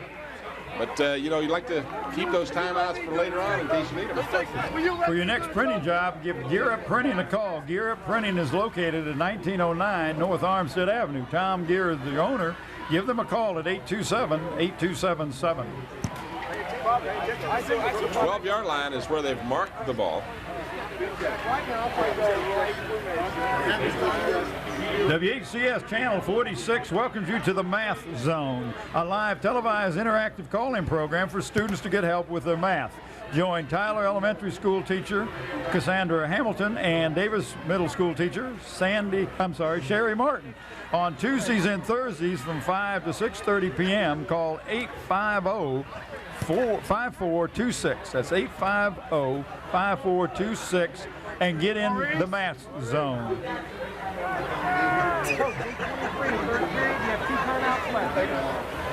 8:23 is the time remaining in the third quarter.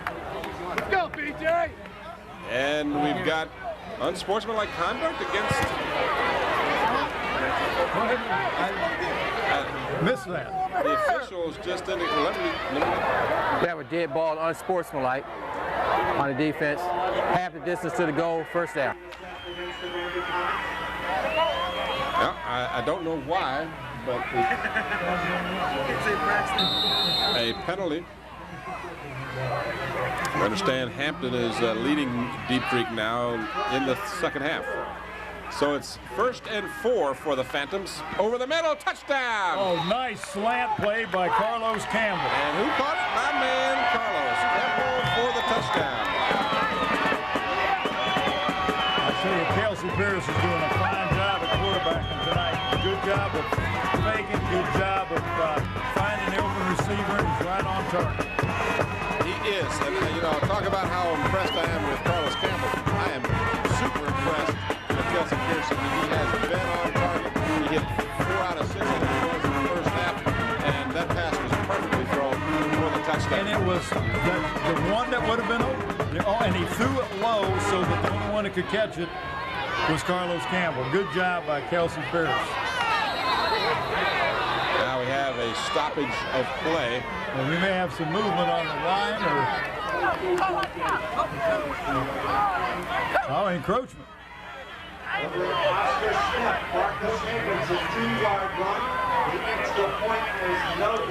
have dead ball, encroachment on the defense. Half the distance to the goal, we'll replay the try.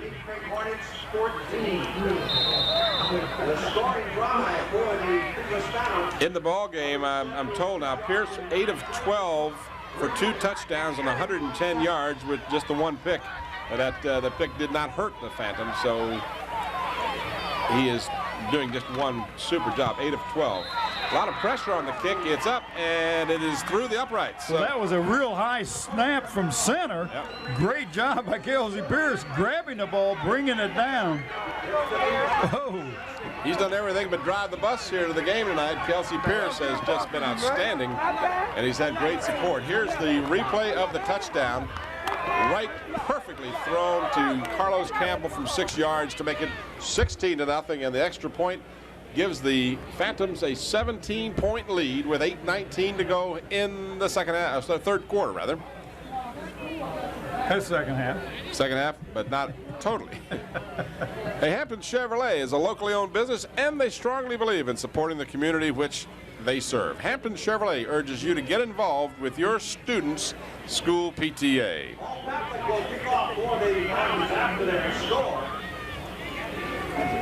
So the Comets, trailing by 17, have not been able to get that high-powered offense untracked. Between the tailback, the fullback, and the quarterback, they have accumulated 2,000 rushing yards this season. And Bob, again, would you remind me, how many yards did they have at halftime, if you still have that statistical like 68, 58? Rushing, I don't think, 60, rushing, I don't even think it was that many. 44 yards rushing. All right, this is Owens, and he is tripped up as he gets close to the 40 on the return. So the Granby Comets will have the ball at their 39-yard line. Good field position. But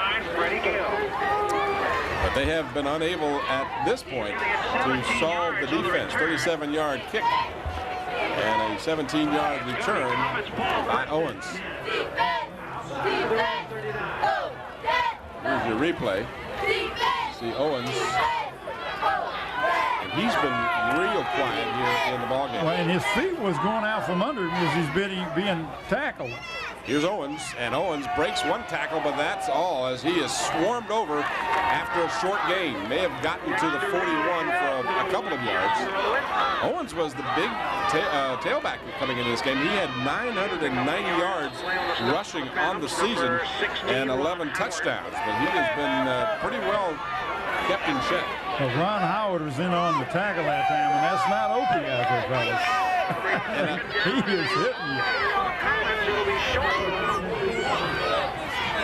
Coming into the game, I thought it was A.G. Womble there, our longtime buddy. Downfield, overthrown. Pressure on the quarterback, Reed, but he got that one away. B.J. Estes was in his face. Yeah, B.J. was putting some pressure on him. But coming into this game, the Comets were averaging 200 yards a game rushing as a team and 100 yards passing as you watch the replay, well over the intended receiver's head. So you think about it, they were held to 44 yards rushing in the first half, a team that averages 100 yards per half on the ground. They just hadn't run into a defense quite as aggressive as this Phoebus Phantom team. A long ways to go, 7.5 minutes left in the third quarter. Reed back to pass. As a man, he's got Cromer, and Cromer's tripped up on a play by Leon Mullins, and a late flag comes down.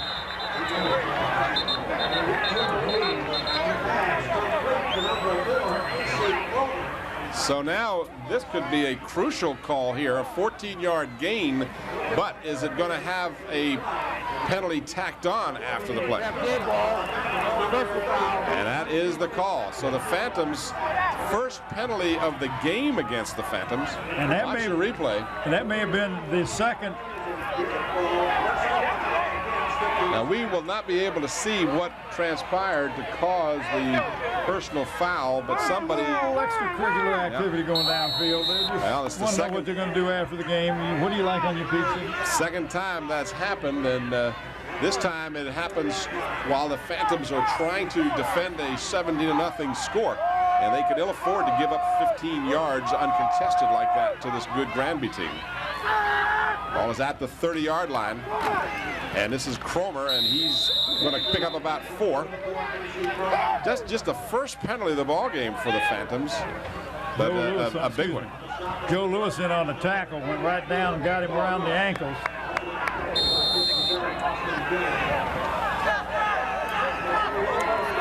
Hampton Chevrolet is a locally owned business and strongly believes in supporting the community which they serve. Hampton Chevrolet urges you to get involved with your students' school PTA. Hampton Chevrolet, 1073 West Mercury Boulevard. Second down and about 6 for the Comets. Reed on play action. Rolling, looking, got a man wide open. He's got it inside the 15, dragged out of bounds at the 11-yard line, but that'll be enough for another Granby first down. That's DJ Butts, one of the wide receivers, only 5'8", 148.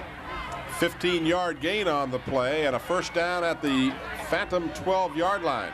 It's a nice fake into the line with the running game because that kind of freezes your linebackers and keeps them out of that hook zone.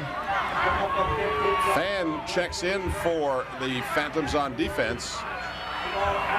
First down at the 12. 6 minutes and 11 seconds remaining in the third quarter. Lots of time. Phantoms defense called upon now to do the job. This is Cromer.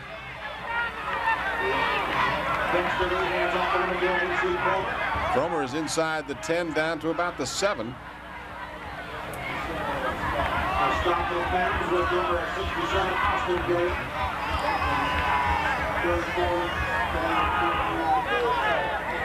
5:45, the clock moving here in the third quarter. Second down and let's call it 5, a long 5 for the Comets.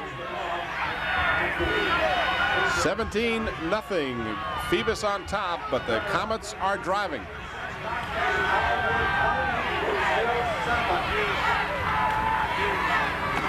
Phantoms blitz, and they got the blitz at just the perfect time. That's McMullen. That is, no, Fan and McMullen. Yeah, McMullen's the one that came from the linebacker and Fan straight ahead. Cromer was just nailed at the 9-yard line. He had no chance on that as the Phantom defense had the right call made. Well, and they were there as the ball was being handed off, which could cause a fumble. It was like two freight trains when you got Cromer on one side and Fan and McMullen on the other. That was amazing that the ball didn't get popped loose. Third down now. Third down and 8. There you see the story of the game. 4:48 and the clock is moving. Huge third down for the Comets. Looked like movement. It doesn't matter. The sack of the quarterback all the way back to the 14-yard line. It was McMullen again. And Fan. Fan, both of them. Oh, talk about a tough call for player of the game tonight. So that brings up a fourth down. The Phantom defense, every time the Comets look like they're going to break through, the Phantom defense comes up big, and once again it's 4th and long for the Comets. Again, no kicking going on here. They don't have a kicker and they don't want to kick. They want a first down or a touchdown. They can get a first down without scoring. Phantom defense has stopped them on 4th down twice before. Good protection for Reed. Now it breaks down. E.J. Bestis has got him. Estes on the sack. B.J. Estes sacks Reed. No, it wasn't. It was 66 Fan. No, it was 77 B.J. Was it? Yep. I promise you, I watched him. You're probably right. Estes with the sack, and the ball goes over for the 3rd time in the ball game. The Phantom defense, watch the replay. Reed has some time, has nobody open, and then Estes just slammed him to the ground for the sack, and the ball goes over. Jason Fan was there to make sure he didn't get up. Granby now with that loss and the other losses that have occurred here in the second half. For the game, 25 carries, just 16 net yards. Boy, what a job the Phantom defense is doing. They want to get back to the next level. They want to go on. They haven't been in the playoffs since '94, and they want to make their return to the playoffs a significant one. And right now, they have impressed me immensely with their play in this game. 3 different occasions on 4th down, they've gotten the ball back from the Comets.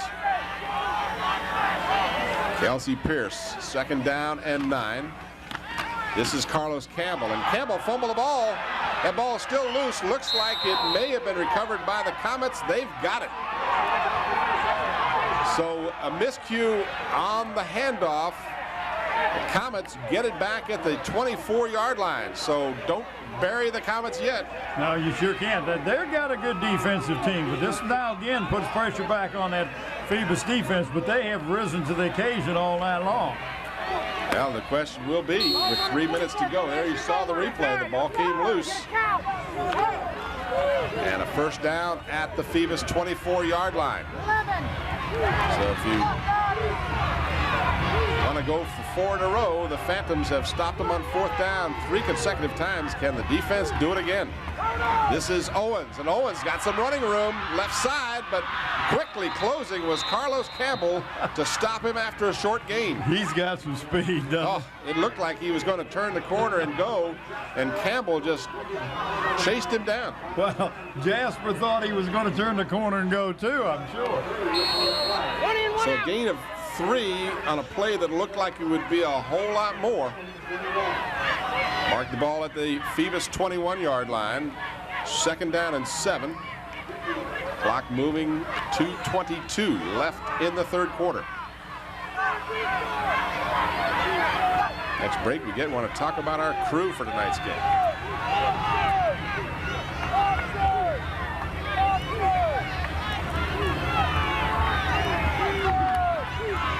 Reed on play action. Now he feels some pressure and he falls down. He was being pursued and fell down at the 31-yard line. So I don't guess you get credit for a sack, or does the closest guy to him get credit? Well, that was Larry number 58, Larry Devers. Larry sometimes wears 73, and I had to stop and think, well, who's 58? But had he not slipped, B.J. Estes was there watching. He feels the pressure and then just lost his footing. That area there, there's a little bit of mud in that area versus grass, as this field has been used. And of course, this season's been a long one. Larry Malloy and his group have just done a great job, but there's a dew on the grass tonight that's causing it to be slippery out there. 3rd down and long, and the rush is on. Pass incomplete, intended for DJ Butts at the 25-yard line. He just couldn't hold on to it. And it'll bring up 4th down and 16 again. Let's talk about our crew tonight, Bob. Down on the field camera, of course, the sideline camera, Ron ESPN Baton. We got Nathaniel Braxton up here to our left. Head, Braxton. And hadn't rained a game yet this year, Nathaniel. And we got Sarah Bowers, I assume, on the other camera. I haven't seen any shots of the camera people yet. And then y'all let you talk about the group in the van. I heard what you were supposed to say and what you can't say. Well, we got Scotty Bowers as the main man and Bianca Pettaway doing all the graphics. And we have Mystery doing the replay. But I tell you, doing a great job. Great job. All right, we got a timeout called by the Comets as they got to the line and did not either have the right play called or saw something they didn't like. Didn't like the defense. Well, I bet they haven't liked the defense all night long. If you're the Granby Comets, you don't like that defense. I don't care what they throw out. 1:14 remaining in the 3rd quarter. We are being updated as we go through this game. The last we heard was the Crabbers were ahead of the Hornets by the score of 22-16. So if the Crabbers hold on to win that game and Phoebus does the same, there's A.G. Womble. There's Sarah.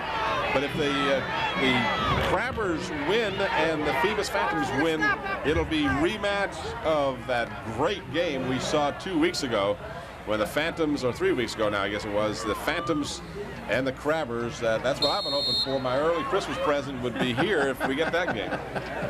Early Christmas, huh? Amen. 6 weeks till Christmas, Bob. I don't want to, panic or anything.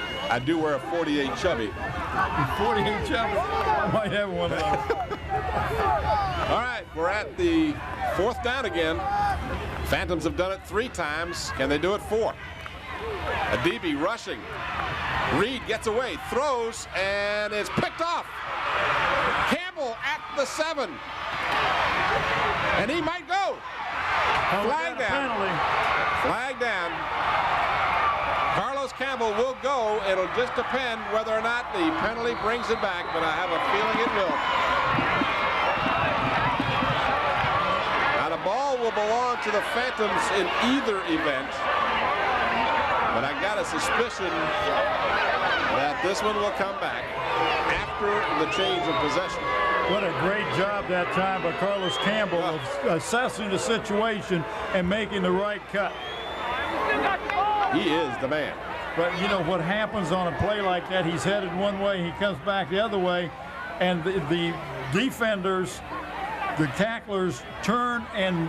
On the return, we have illegal use of the hands on the blue team. 10-yard penalty from the spot of the foul. Be first down blue. Poorly thrown pass. I don't know if we'll see the penalty or not. They said it was holding. Certainly we didn't see it there, but we'll watch this, enjoy this in any event, as Carlos Campbell just did a fantastic job going coast to coast, a 93-yard return. Unfortunately, the holding call will cost the Phantoms the touchdown, but they will still have possession. So once again, on 4th down and long, the defense does the job. And we are 9 seconds shy of a minute to go in the third quarter. Thank you, Bob. You created a monster. For those of you on the West Coast, that's 51 seconds remaining in the third. Kelsey Pierce, play action fake, wants to pass, and it's underthrown and apparently picked off. It was. So consecutive turnovers by the Phantoms. They fumbled the first time after they held last time, and once again the defense will be called upon. However, there is a penalty flag back at the line of scrimmage. Now let's see how this one goes. If this is against Granby, obviously the Phantoms will take the penalty. Illegal receiver down. Yeah, well, needless to say, Granby will not.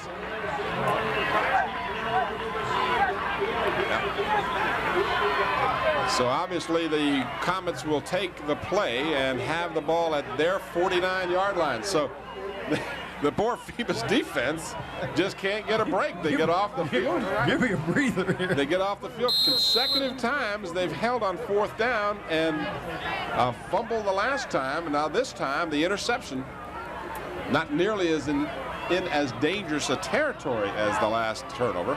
This one on the Granby side of midfield. But you can't keep giving a Granby offense this many opportunities. Turnovers have hurt the Phantoms on the field, at least not on the scoreboard yet. This is Cromer, and he picks up about 6. Ran into Leon McMullen. But Tim, that defense has been out there a long time. They've been out there most of this quarter. They got to be getting tired. And you just can't keep giving the Granby team this many opportunities. Now the clock is moving, and we're approaching the end of the third quarter.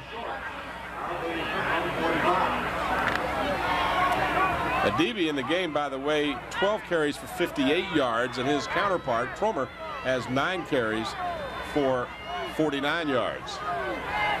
3 seconds, 2 seconds, 1 second, and they just get the play away, and Cromer gets the call, and he's into the open. He'll be dragged down from behind, but he almost got away, and late flags come down. That was Ron Howard that got him. Now, what are 2 flags down, or what happened on this, I wonder?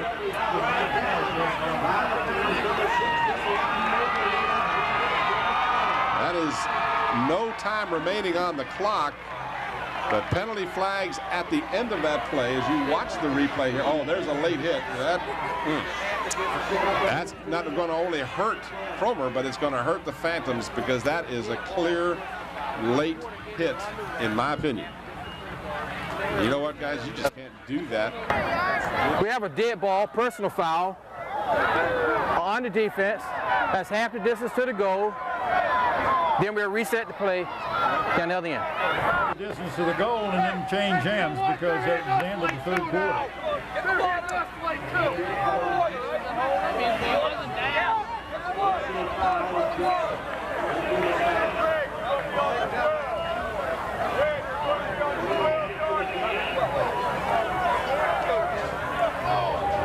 Well, that has concluded the third quarter, and again, the defense for the Phantoms will be called upon, but that's the second time in the third quarter that we've seen a personal foul, and this is going to cost the Phantoms some serious yardage here. Give them the ball at about the 13-yard line when they do, in fact, change ends of the field. The officials are marking it off to make sure they've got it marked correctly. Very, very professional crew we've got here tonight from the Southeastern District. Preston Harding, of course, is the referee. His crew is doing an excellent job. But again, in my opinion, on that replay, I think it's pretty evident that Cromer was down, and you know, sometimes you can't stop your momentum. I understand that, but you just got to pull off when you can, and it did appear to be a good call for the personal foul. So it wasn't bad enough that they got the ball all the way down there, but now the defense will have to play from the 13-yard line. Region here, Eastern Region competition. At the end of 3, it's Hamden 22, Deep Creek 14. At the end of 3, they mark the ball at the Phoebus 13-yard line as we get set to start the fourth quarter. Phantoms leading 17-0 after 3. Double wide receivers to the right side for the Comets.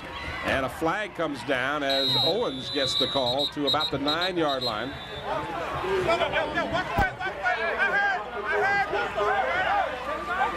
So a penalty flag on the play, and it would appear we had some early motion, and that is the call. So watch the replay, see if you can pick it up. I didn't see it in that picture, but it might have been one of the wide receivers. In any event, you just have to flinch. You don't have to do a lot. So now they've got the penalty is about to be assessed. Gain on the play of about 3. We have an illegal formation on the offense. That's a 5-yard penalty with a replay first down. So you heard when I wasn't stepping on him, Preston Harding tell you that it was a 5-yard penalty for illegal procedure. Still first down. Clock is restarted. The clock could become a factor here. Both teams have used one of their timeouts here in the second half. 3 for each half. Again, double wide receivers to the right side. Spreading out that defense a little bit gives Cromer a little more running room. Now this is Jasper, and he is going to score. Jasper Owens will score the touchdown. 19 yards.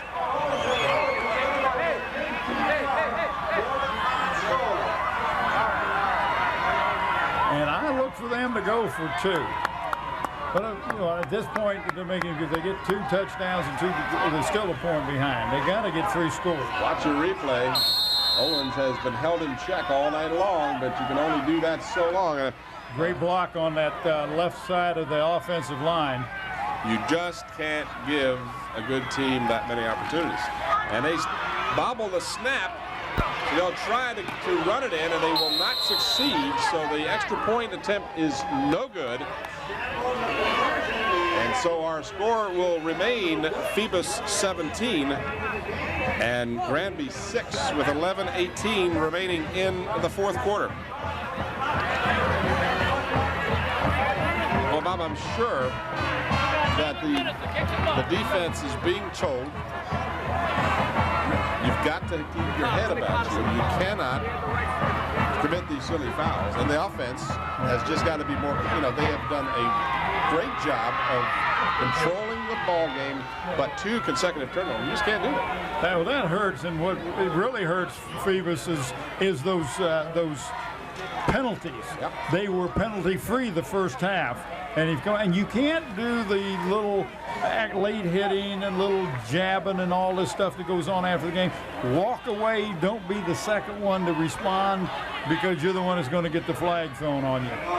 Well, and a fumble by Campbell and then the interception after 2 great fourth down stands by the defense. You just can't keep your defense on the field almost the entire third quarter. Oh, you really can't. Phoebus needs to get the ball. They need to run the time off the clock, control the the football, give that defense a chance to rest. Of course, the touchdown by Campbell called back is a painful one, too. Campbell has one man to get by. He is out close to midfield. He almost returned that one all the way. Had one man to get past. Is he exciting to watch? Now, by the way, he's just a sophomore. He's only going to get better. He's going to get better. 38-yard return of the 48-yard kick. So the Phantoms now, and I'm sure that's exactly what they've been told to do. Now we got double wide receivers to the left. We got SD split along with Campbell, and the ball is given to a DB, and I guarantee you, a lot of times I don't know what Mike Smith is going to do, but I have a feeling I can tell you Bill D is going to run that ball down their throat. They were doing that early in the first half. They just had a DB. He was picking up 7-8 yards at a time. And it seemed like they had picked up a stun or something. They were going maybe a little wider, but a DB, I can guarantee he's got both hands on that ball when he's putting his head down. Now we got the two wideouts to the bottom of the screen. On the option, Pierce has some running room. He gets the left corner. He's got enough for the first down before he's driven out of bounds right at the first down marker. We'll see where they mark his forward progress. His forward progress was beyond the 40. And that's where they've marked it. They got it at about the 39. Well, now wait a minute. They're going to say he went out of bounds on the. Yeah, see that was a bad call because he was pushed back out of bounds. So he had the first down, and the official right on top of that play ruled that he apparently retreated from what was a first down. Now doesn't happen. I think he blew that one. Third down and short. Kelsey Pierce takes it himself and has the first down. We'll return to Darling Stadium for the conclusion of tonight's contest after this brief timeout.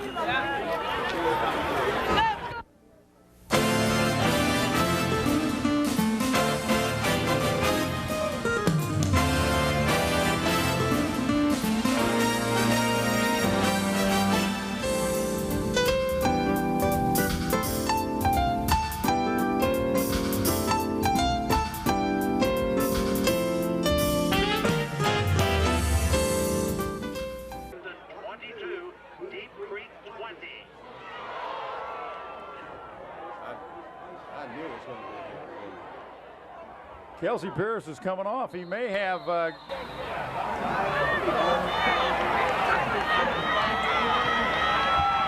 somebody said something because the flag just got thrown, and that will, I'm sure that'll be against the Phantoms, so it couldn't go against anybody else.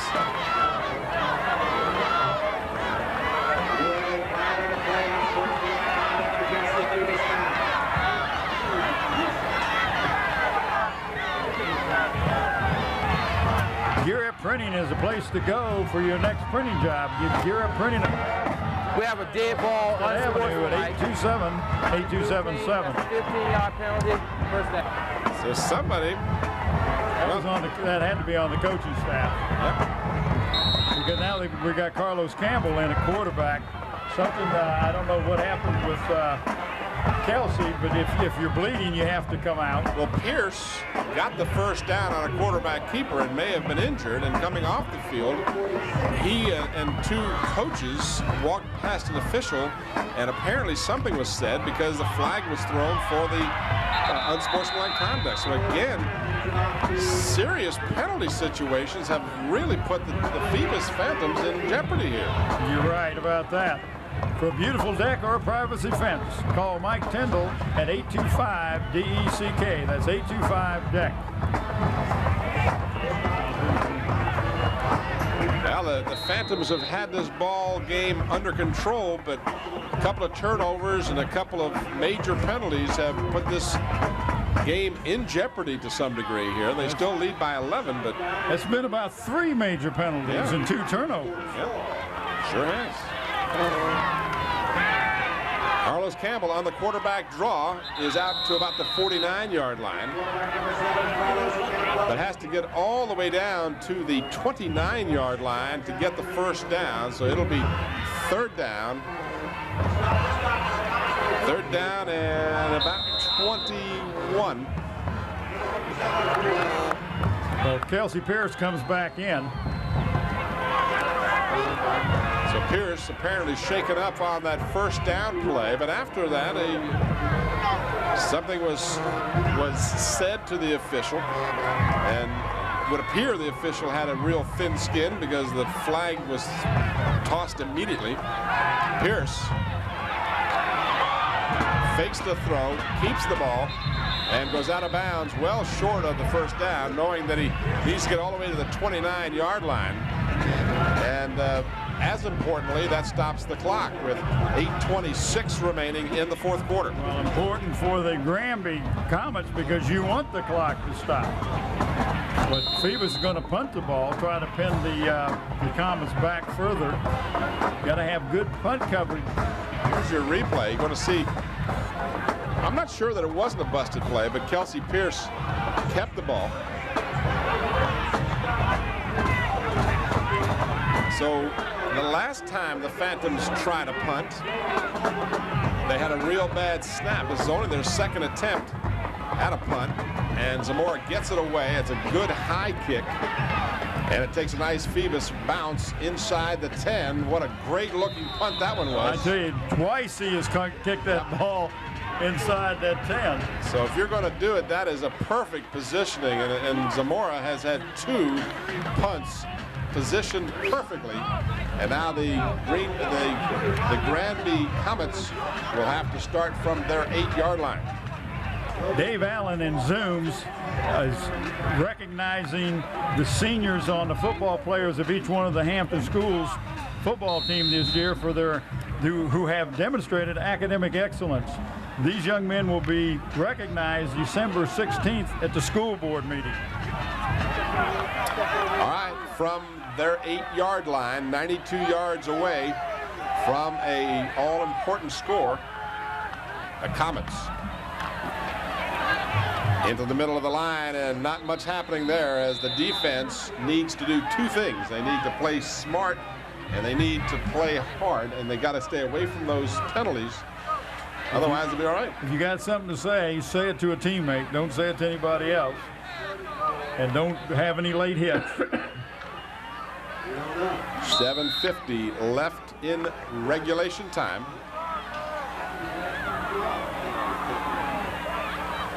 Gain of about a yard on the play, just second down and 9.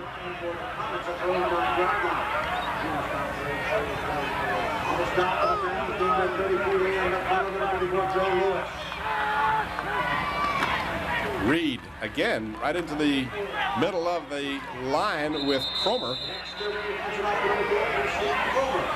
I tell you, he is not an easy young man to bring down. No, and the problem with him is if you don't bring him down and he gets past that line, he can put some yardage on it. Watch the replay here. You're going to see the Phantom defense hunkering down now, and Cromer just no place to really go, and then they close on him nicely, and we are now inside of 6 minutes remaining. Well, now this is a big third down because if your defense can stop them, they're going to have to punt. They're not going to be able to go to fourth down at this end of the field. Not with almost 7 minutes remaining in the ball game. So now we've got a stoppage of play and a timeout called by Granby. So Granby burns their second timeout of the second half. And with 6:43 remaining in regulation, they're looking at a 3rd down and 5, and a crucial 3rd down and 5. Comets want to talk it over. Yeah, I think it'd be better. You mentioned Zooms already, right? Talked about that award, but let me also remind everybody about the $1.99 any sub, any time deal. With the purchase of a 32-ounce fountain Pepsi and some potato wedges, Zooms with 5 convenient Hampton locations.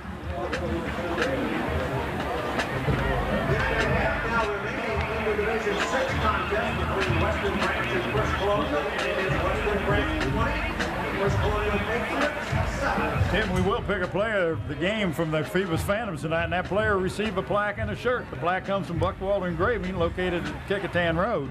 Give Jim a call at 828. No, it's not 82. It says 723-6067. What was that number again? 723-6067, and the plaque comes from Buckwalter Engraving. I said that, didn't I? The shirt comes from the Island of Hardware and Sporting Goods. They're located in Precocia. Well, this is our first game of the year. Is that what it is? It's that first playoff game. That Phantom, what was that? Snickers bar. Yeah, I got a little piece of that thing. 3rd down and 5. The pressure's on. He's sacked all the way back inside the 5-yard line by Fan. Jason Fan is having an excellent game. He has. And I mean, you know, we're talking about players of the game. You got B.J. Estes. You got Carlos Campbell. You got Kelsey Pierce. You got Maurice Shanks making a great catch for the touchdown. Wow, you know, this is going to be tough picking one or even a half a dozen players of the game. And the defense. I'd like just like to give it to the defense. Man, I mean, they have turned back the Comets repeatedly. Reed now minus 34 yards in the game rushing. This young man coming into the game with almost 500 yards on the season from deep in the end zone. Good looking kick. Carlos Campbell looks at it and decides just to let it roll. It'll roll right dead at about the 42-yard line. So the Phantoms, with 5:47 remaining, will have the ball back.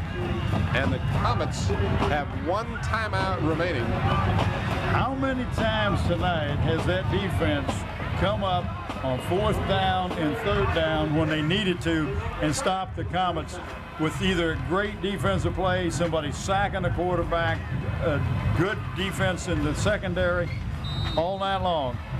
You really, if we could do a plaque for the defensive team, it would be something that would be great to do. Unfortunately, I don't have a shirt that'll fit all that group at one time. Excuse me. Unless I get a 48 chubby. Okay? All right. Inside handoff to McMullen, and that doesn't work very well. Back to the line of scrimmage is all. Little misdirection play. If I'm the coach. Well, that's the first time I've seen that, but if you were the coach, what would you do? Nathaniel Adebe, Nathaniel Adebe, Carlos Campbell. But I'd be doing nice. Occasionally I might give it to McMullen.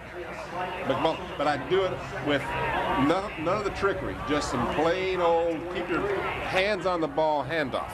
And put as much time, let as much time go off the clock in between plays as you can. And that's what they're doing. Of course, in high school ball, you don't have a play clock to visually see it, so you have to keep that in your head. Kelsey Pierce wants to throw. He's got it for Estes. Estes has a first down inside the 30-yard line. You have never been right. Run the ball. Pass the ball. I didn't say that's what he should do. I said that's what I would do. Bill D doesn't need me, that's for sure. He's doing just fine. Thank you. 28-yard line. The clock continues to move. We're inside of 5 minutes remaining. And the Phantoms leading by 11. That's a replay. There's that beautiful pass to B.J. Estes. He has been phenomenal tonight. Handoff to McMullen, and McMullen picks up a couple of tough yards. But more importantly, that clock is running. Comets have 1 timeout remaining.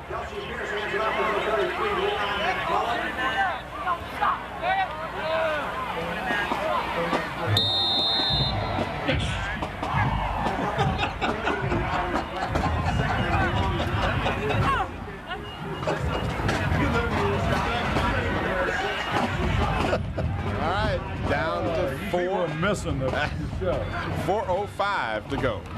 On the delayed handoff to Adebe, he's got a blocker in front of him, and he tries to turn the corner and stay in bounds, but he's pushed out, which stops the clock with 4 seconds left and 4 minutes. That'll do it for you. 3:56 remaining in the 4th.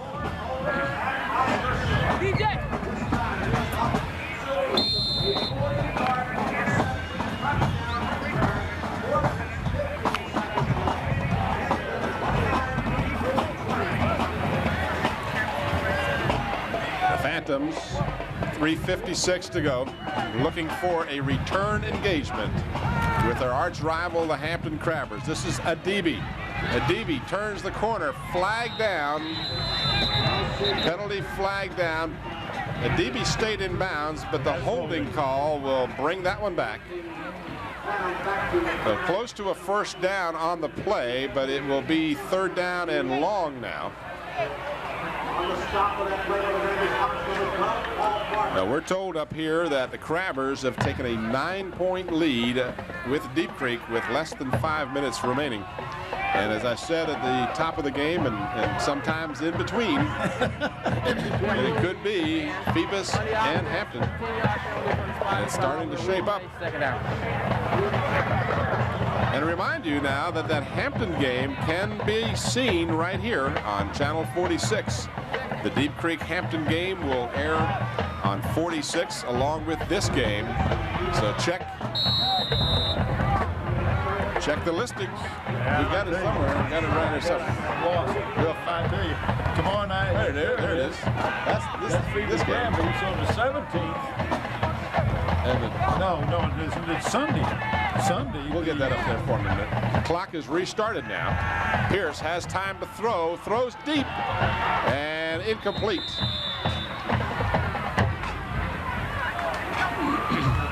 So a long pass. There's the airtime for the Hampton Deep Creek game. The 7. There you see it on your screen. So if you missed it the first time, you're going to want to see both of these games. Featherston was the intended receiver. Watch this replay here. Pierce has plenty of time. Just overthrows the intended receiver deep in the end zone. So the Phantoms will take a timeout with 3:23 left in fourth quarter. Up by 11. So that leaves each team now with one timeout remaining. Fourth down. You got what? 15 yards to go. You can punt the ball, and maybe you get your guy to put it inside the 10 again. But what do you say? Let's go for it. On the night, Pierce 9 of 15 with 2 picks, 126 yards and 2 touchdowns. Kelsey Pierce, but just as importantly as his passing and rushing yardage has been his general leadership on the field. He's just called a really fine game and rushed the ball 5 times for 33 yards. It's been an outstanding effort by Kelsey Pierce and others tonight. Our players of the game candidates, we'll give that to you before we give our decision. You've got Carlos Campbell, who's just been outstanding, Kelsey Pierce, Shanks with the big touchdown grab. The defense, you got Jason Fan, you've got Leon McMullen, just a whole bunch. Estes played Joe Lewis on both sides of the ball. So not an easy choice by any means. Chauncey's done a great job on defense. All right, fourth down and 15. The Phantoms are going to try for it. And Pierce stumbles, and he will not get anywhere close to what he needed. That'll go over to the Comets. So with the change of possession, the clock stops with 3:16 to go. But other than giving great field position to the Comets, which ultimately led to their touchdown, the defense has just been spectacular, and once again they will be called upon to do it. Here's the replay, and Pierce just lost his footing there and never had a chance. So from their 38-yard line now, the Comets come to the line. They have been denied so many times tonight by this Phoebus defense.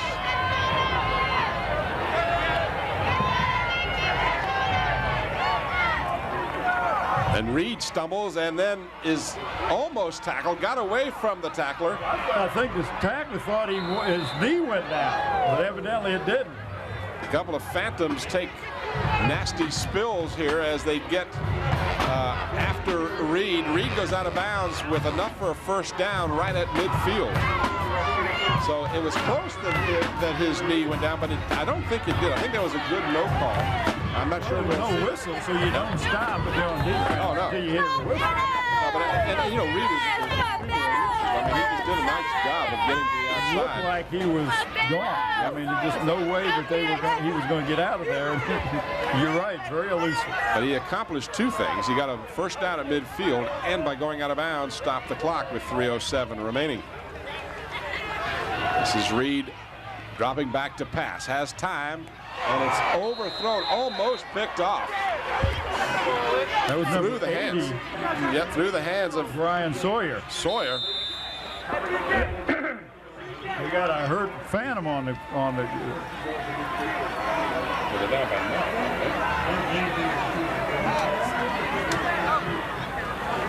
We got a player shaken up for the Phantoms with 3 minutes and 1 second. No, I'm not doing that. Is that similar to 181 seconds? That's exactly the same. 181 seconds. I have to try that one now. That's a good one. Well, let's hope the young man is all right. He appears to perhaps have had the wind knocked out. 67, I think. And that, yeah, that's Austin. Is that pork chop or? Pork chop.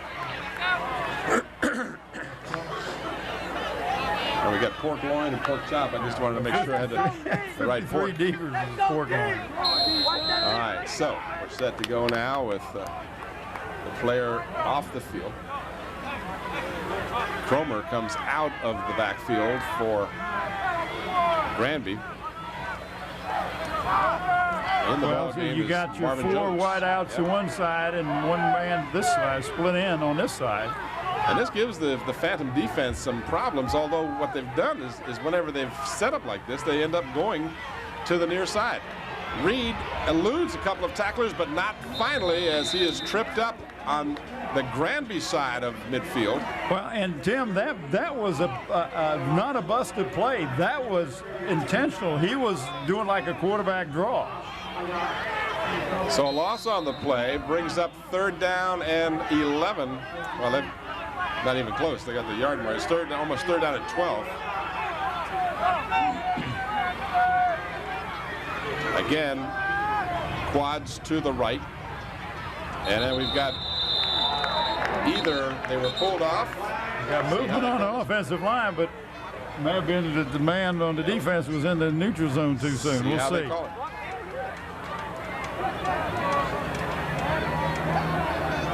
.223 left in regulation.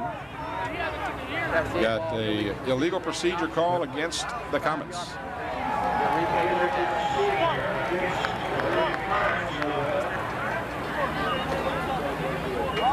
So that backs them up to the 44-yard line. Another score over at Oscar Sanders at 3. The extra point is no good.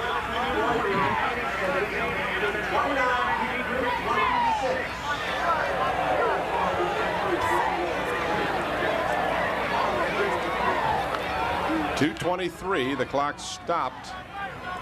Each team with one timeout remaining. It's 3rd down and 16 for the Comets. Reed rolling, looking, has time, throws, and did he complete the pass? No, couldn't hold on to it. So the intended receiver was Chris Norris, and that brings up yet again another 4th down and long, and needless to say, the Comets will have to go for it. Just 2:17 on the clock. Here's the replay. Reed almost on the mark, but didn't quite get there. The ball was short hopped.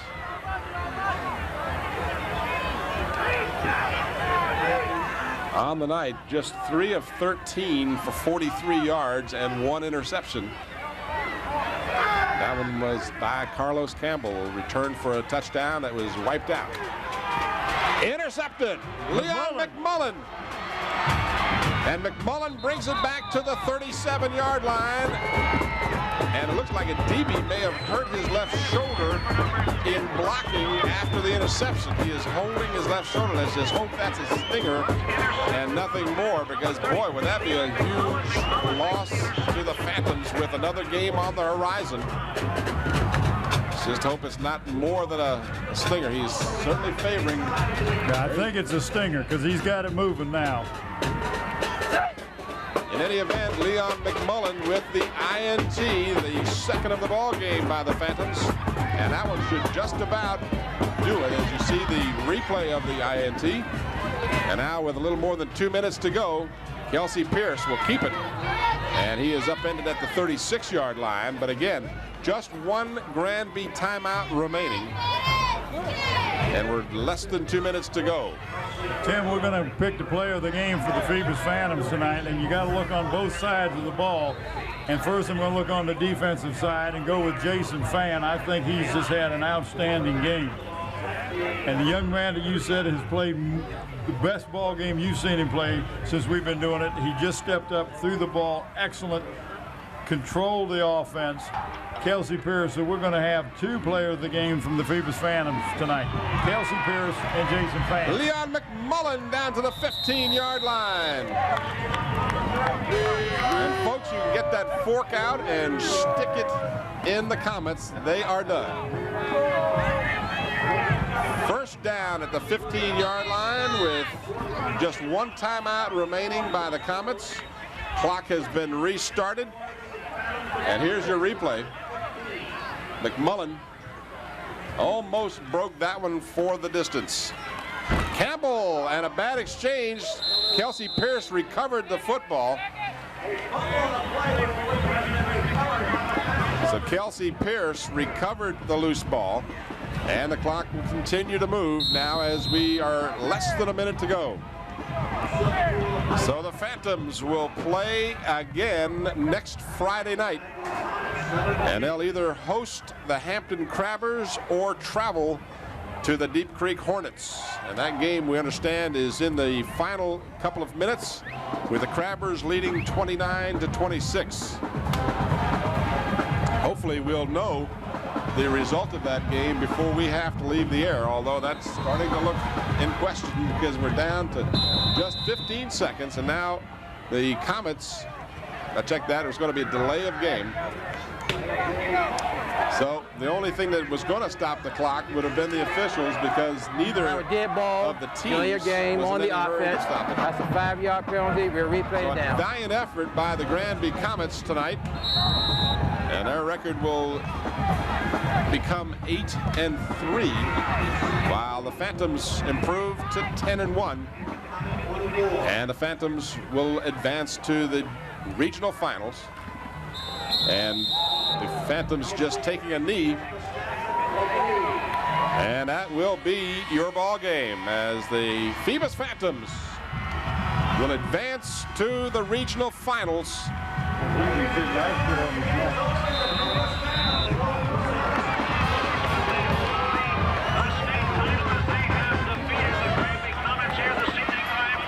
So our players of the game, Jason Fan on the defensive side of the ball and Kelsey Pierce at quarterback on the offense. We have another final Division 6 now. The finalist has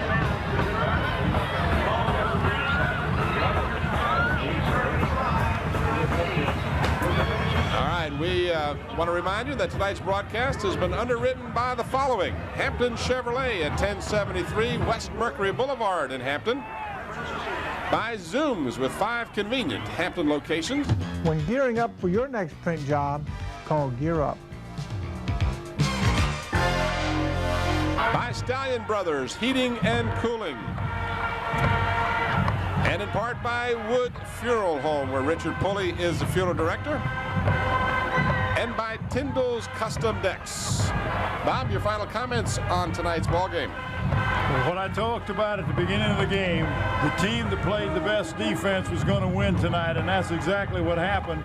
Every time that Granby, except for one time, was in scoring territory, they were stopped by the defense for the Phantoms. You got to take your hat off to the defense for the Phantoms, but offensively, they did what they needed to do. They put points on the board. A superb effort by the Phantom team, and I will tell you that if it were possible, I would have said a plaque for every player on the defense, because boy, they were the reason. They just shut down the Comets. great job by the coaching staff preparing these young men. They had a week off, and let's hope that Nathaniel Adibi is just a stinger on his shoulder. Looked like they were putting ice on it late, just as the game was ending, and hope everybody is healthy for next week's game. Well, and again, I will remind you that if the Hampton Crabbers hold on to their lead against Deep Creek, it will be here at Darling Stadium next Friday night at 8 p.m. It'll be a rematch of that terrific game that we had 3 weeks ago. And if Phoebus has to play on the road, they will play at Oscar Smith, I understand, against Deep Creek if Deep Creek comes back. So the final score again, the Phoebus Phantoms 17 and Granby 6. For Bob Henson, Bob Killen, this is Tim Cole. Thanks for watching. Good night, everybody.